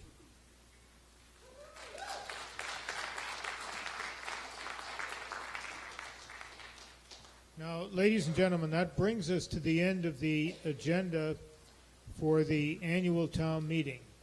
We have a special town meeting to go, and what I will do is call for a motion to dissolve the annual town meeting, after which I will convene the first special town meeting. So I need a motion to dissolve the annual town meeting. Second?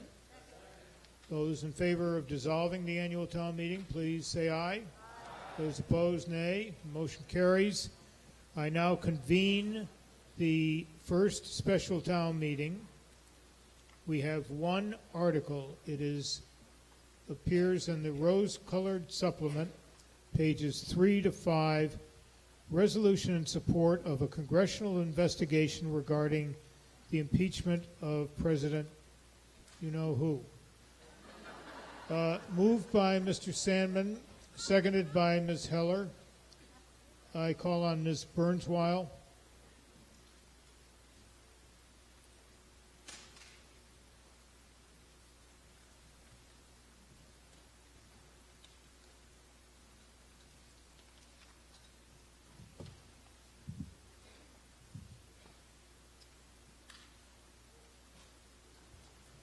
Hello.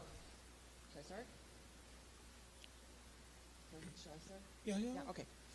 My name's Alex Bornswile. I live in Precinct 3 and on Sewell Ave. And my co-petitioner, Lisa Kolaric, who lives on Dwight Street in Precinct 8, wasn't able to be here tonight. Her daughter is graduating from college. If you're here to support the resolution on impeachment, please stand. Beg your pardon? And that includes town meeting members, I guess. Thank you very much. The 429 petitioners that Lisa and I represent did not ask for this special town meeting and bring this resolution before you to obstruct a president we find distasteful. If it were only a matter of personality, politics, and policies, we would stick to opposing him in the political realm. Our concerns go much deeper. We bring this resolution for one reason and one reason only. Our president is violating the Constitution, and Congress is not doing its job of enforcing it. We want Brookline to call on Congress, and specifically our member of Congress, to begin an investigation to determine if there are grounds for impeachment of the president, specifically whether he has violated the emoluments clauses of the Constitution. Given the events of last week, though, I want to call your attention to the end of the first resolved clause, which directs the House Committee of the Judiciary,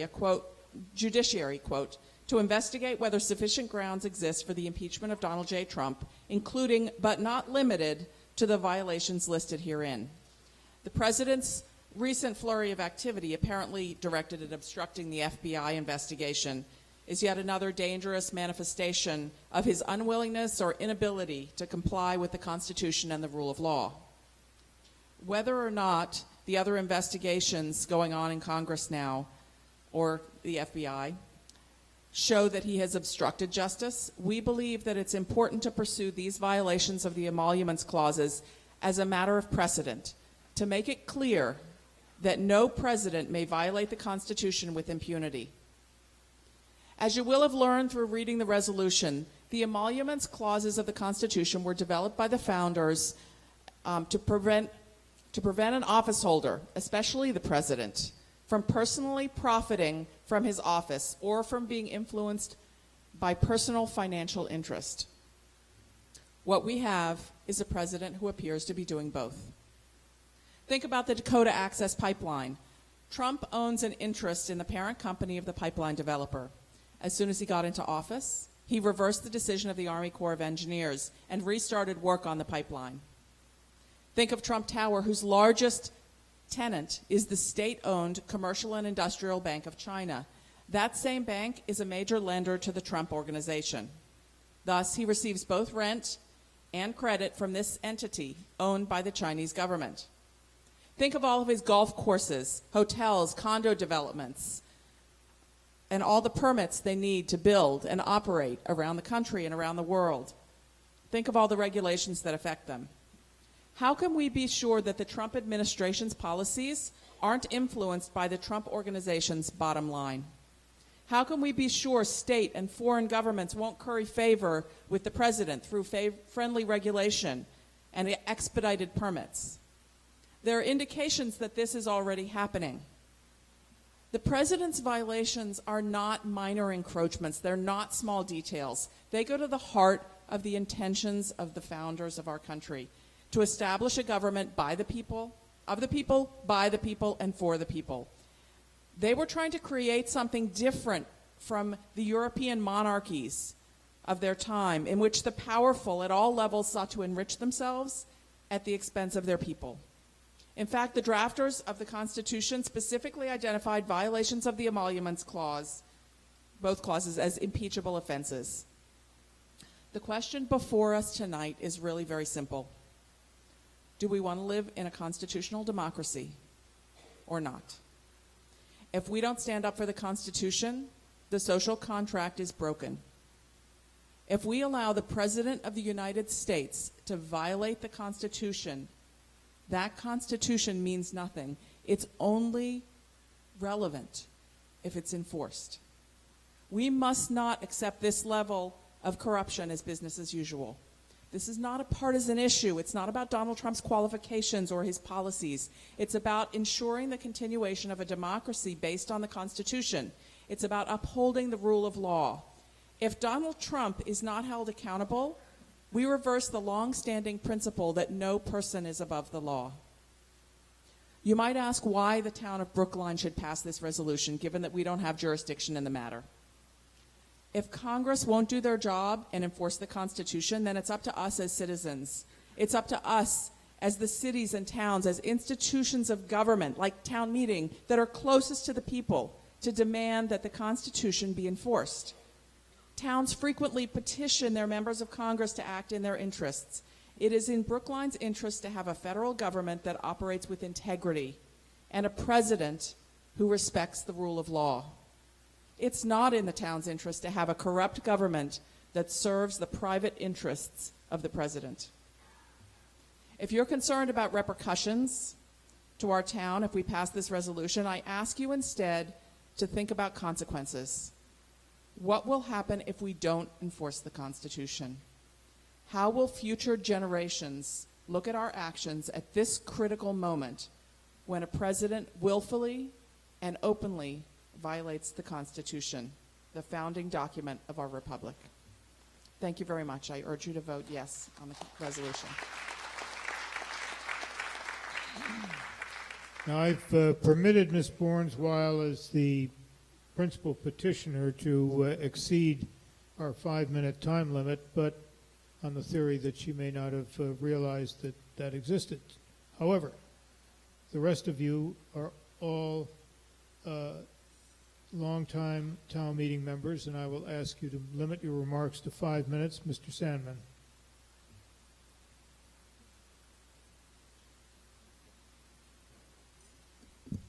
Thank you, Mr. Moderator. I'm duly warned. Mike Sandman, town meeting member from Precinct 3, speaking for the advisory committee.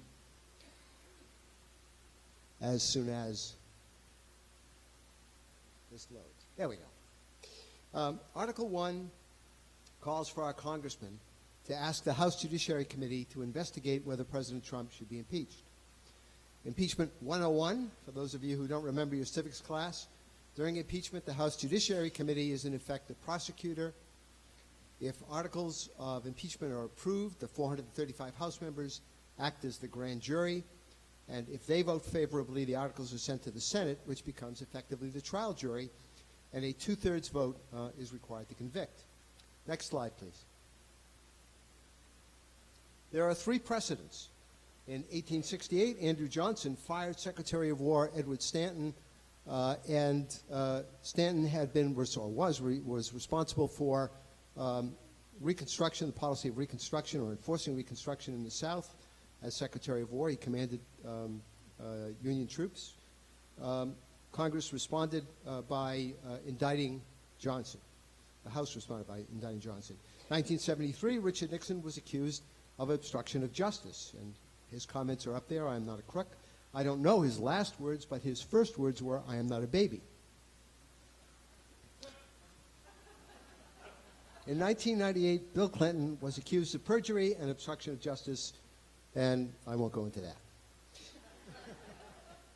No president has ever been convicted by the Senate. One of the presidents who was impeached did quit. In 1868, Johnson came within 1 vote of being convicted, which voted, the Senate voted 35 to 19. 1973, the House Judiciary Committee passed 3 articles of impeachment supported by all of the Democrats and 1/3 of the Republicans, and that vote by the Republicans foretold indictment by the House and conviction by the Senate, and Nixon resigned. In 1998, the majority in the House knew that the impeachment would fail in the Senate, but it used the process to embarrass and weaken Clinton. Next slide, please. The petitioners say that Trump has violated 2 clauses related to emoluments. First of all, there's the Foreign Emoluments Clause. Next slide, please. So on your left, you have a foreign emollient, and on the right, ruble notes, Russian rubles indicating a foreign emolument. They are not the same, but there is a similarity between the two. Both may be used to grease the palm. Next slide, please. An emolument is a salary, fee, or profit for employment of office or office. The Constitution says no person holding any office of profit or trust shall, without the consent of Congress, accept any present emolument, office, or title of any kind whatsoever from any king, prince, or foreign state. And the complaint about Trump is that since his companies are earning money from clients who represent foreign governments, diplomats staying at Trump's hotel, for example, and since he still owns the corporations that own that hotel, he's violating the Constitution.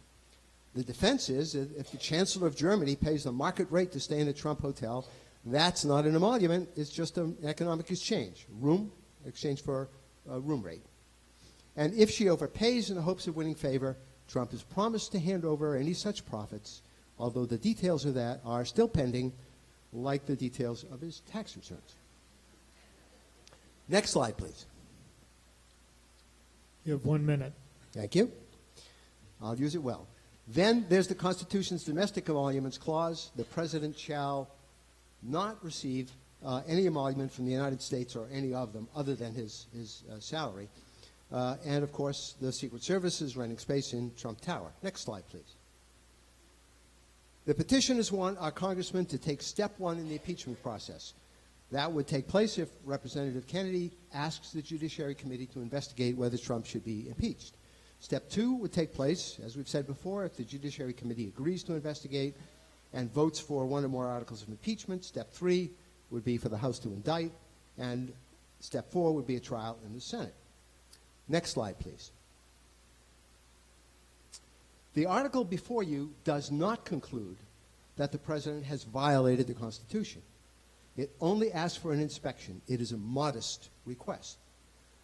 The outcome of an investigation based on the Emoluments Clause is in doubt because it's arguable whether payments for arm's-length commercial services are, in fact, emoluments. Nonetheless, some advisory committee members agreed that the claims of violation are troubling enough to justify an investigation. And other members Please conclude, sir. Other members argued that unlike the case where budget items are zoning bylaws, the advisory committee doesn't know anything about constitutional law. This uncharacteristic blossoming of humility. Could you tell us how the advisory committee voted and then sign off, Mr. Sandman? Yes, sir. When a motion to offer no recommendation failed 10 to 11, the advisory committee then voted 15 to 2 to 4 to recommend favorable action on the version of Article 1 presented in this meeting. Next slide, please. Nope.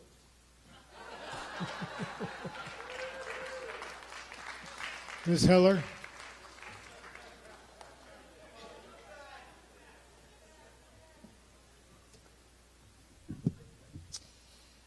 Ben Franco for a unanimous Board of Selectmen. At the outset, I want to make clear that the Board of Selectmen does not view this article as one of partisan politics. Instead, Article 1 is about the rule of law. To state the obvious, everybody in this room believes in the rule of law, the separation of government powers, and the federal and republican systems of government present in the United States. If we did not share these beliefs, each of us would not be here. At the heart of Article 1 of this special town meeting is about supporting, upholding, and enforcing our country's laws and basic governing framework. To be clear, the immediate question before this body is whether to request Congress opens an impeachment investigation against President Trump. The Board of Selectmen unanimously recommends favorable action for many of the reasons that have been stated by previous speakers. So in the interest of brevity, I'll curtail my remarks and take the advice of Selectman Wyszynski that he imparts at all public hearings that the Board of Selectmen holds. If you agree with the previous speaker, say so and move on and make another point. So I will say the Board of Selectmen agrees with many of the points raised by previous speakers, and I will make a brief point that hasn't been addressed yet. The Board of Selectmen believes it's important for people and groups to voice their opinions about the actions of President Trump, including whether his or her actions, warrant impeachment. The power to impeach is an essential check on the power of the executive branch of government and on the executive himself or herself, designed to prevent the use and accumulation of excessive power. If history tells us anything, power is often inappropriately utilized and centralized when indifference is rampant, when people are unmoved and unmotivated to express displeasure, defiance, or opposition. To paraphrase something David Frum, a former speechwriter for President George W. Bush, wrote in the Atlantic recently, if people retreat into private life, if critics grow quiet, and President Trump is left unchallenged, he will slowly become more brazen.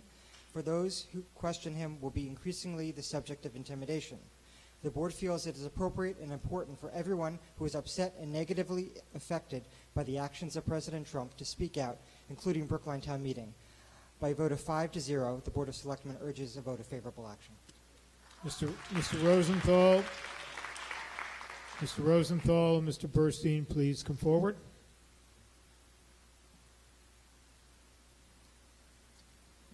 Marty Rosenthal, still Town Meeting 9 and co-chair PAX. I enthusiastically support this, as does PAX. I heard about it very early in the process and welcomed it.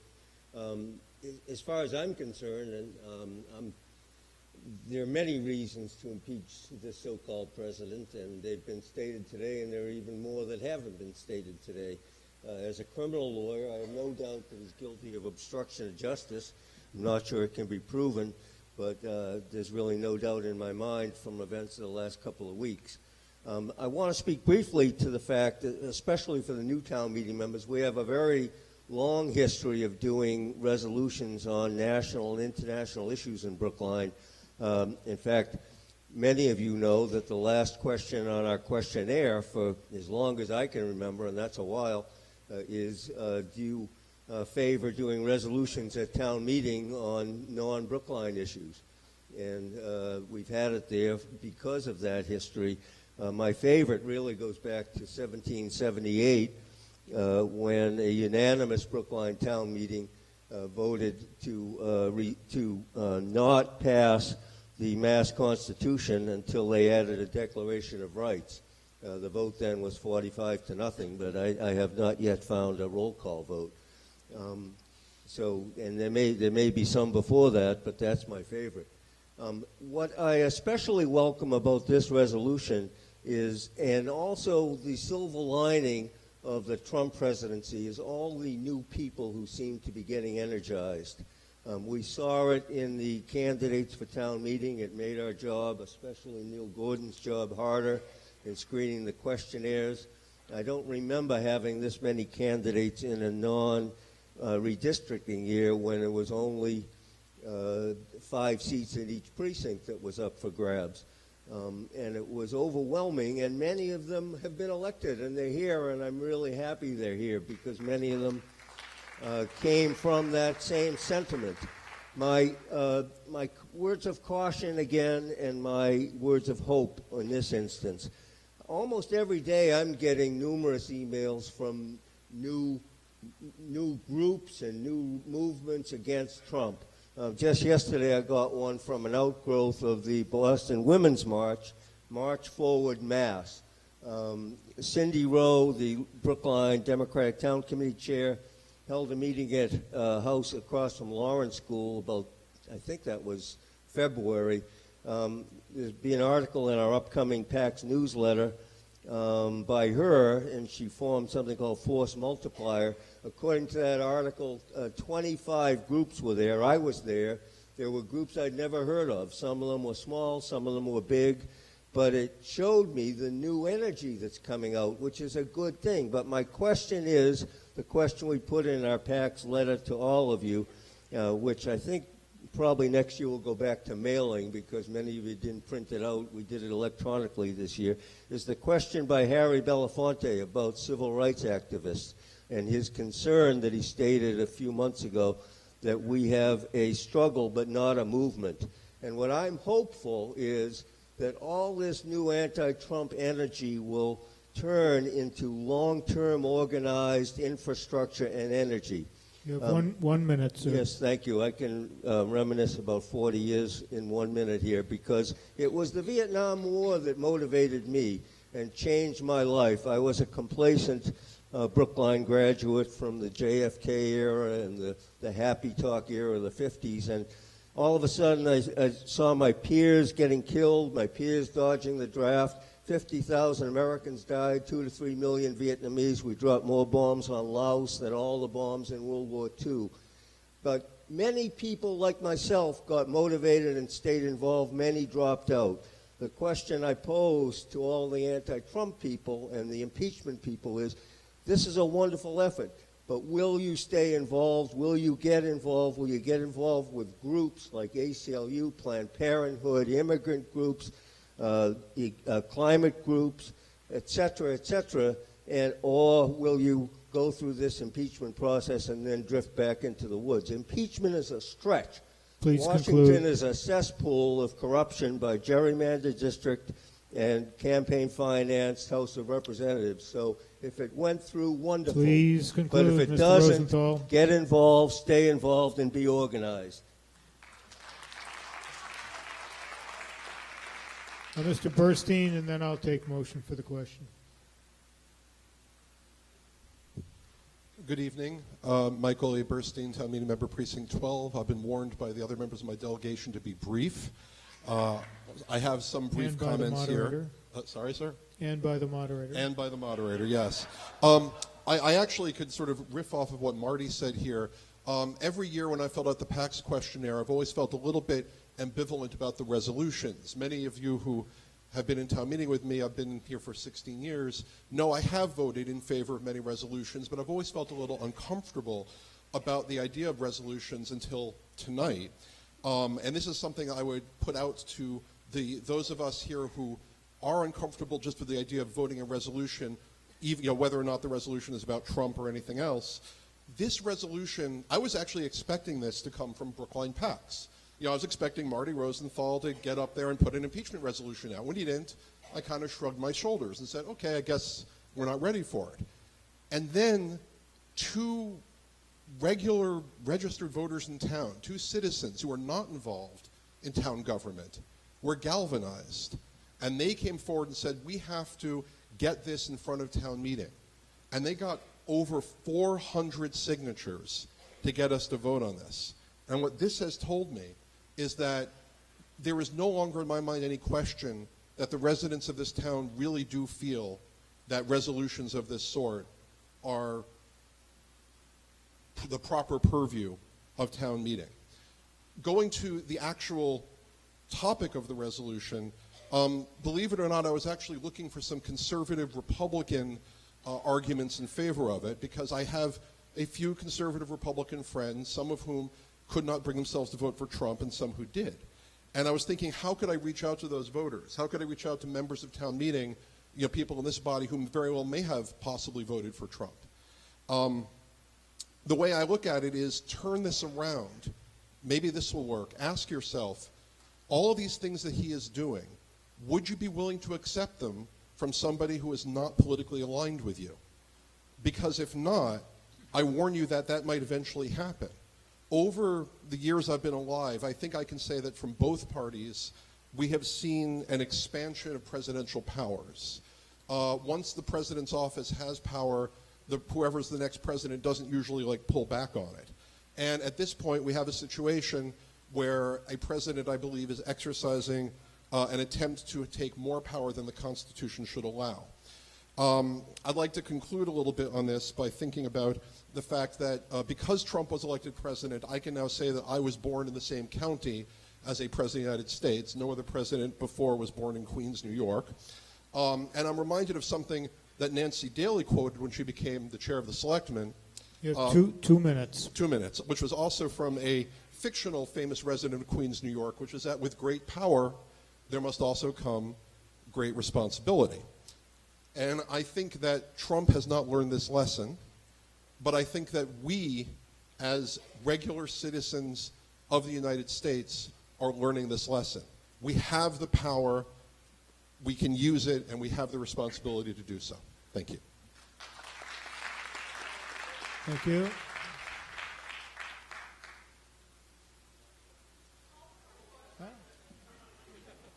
Is there I think we have probably heard all sides of this issue. I have the following people signed up to speak who will be deprived of that opportunity if this motion succeeds. Mr. Fisher, Ms. Smith, Mr. Weitzman, and Mr. Miller. On the motion to close debate, sit down, we haven't gotten to the vote yet.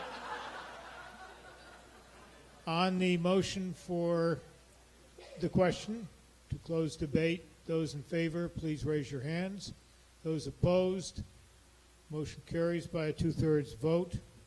Now, ladies and gentlemen, I've had a couple of town meeting members worry about an electronic vote because it forces people to vote for or against Trump and President Trump, excuse me, sir. Remember that this resolution only is in support of an investigation into the impeachment of Mr. Trump. So I think that an electronic vote would not suffer from that kind of problem. If there are 35 people who want an electronic vote, we'll have one. And there are. This is main motion, Article 1, STM 1.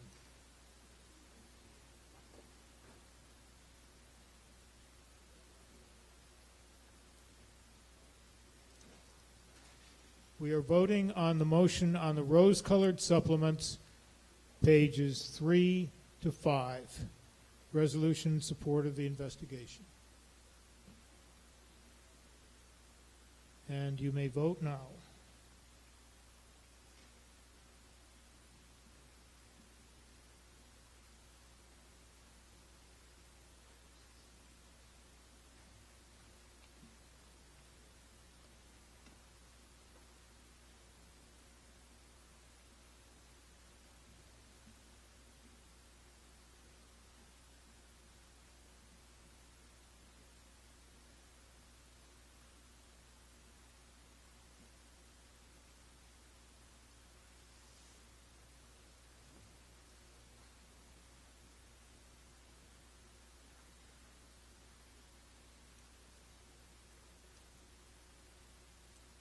Motion carries by a vote of 158 in favor, 2 opposed, and 13 abstentions. That concludes the business of our special town meeting, and we've already concluded the business of our annual town meeting. I call for a motion to dissolve the first special town meeting. Is there a second? All those in favor, please say aye. Those opposed, no. Motion carries. The special town meeting is dissolved. Thank you very much for your attention, ladies and gentlemen.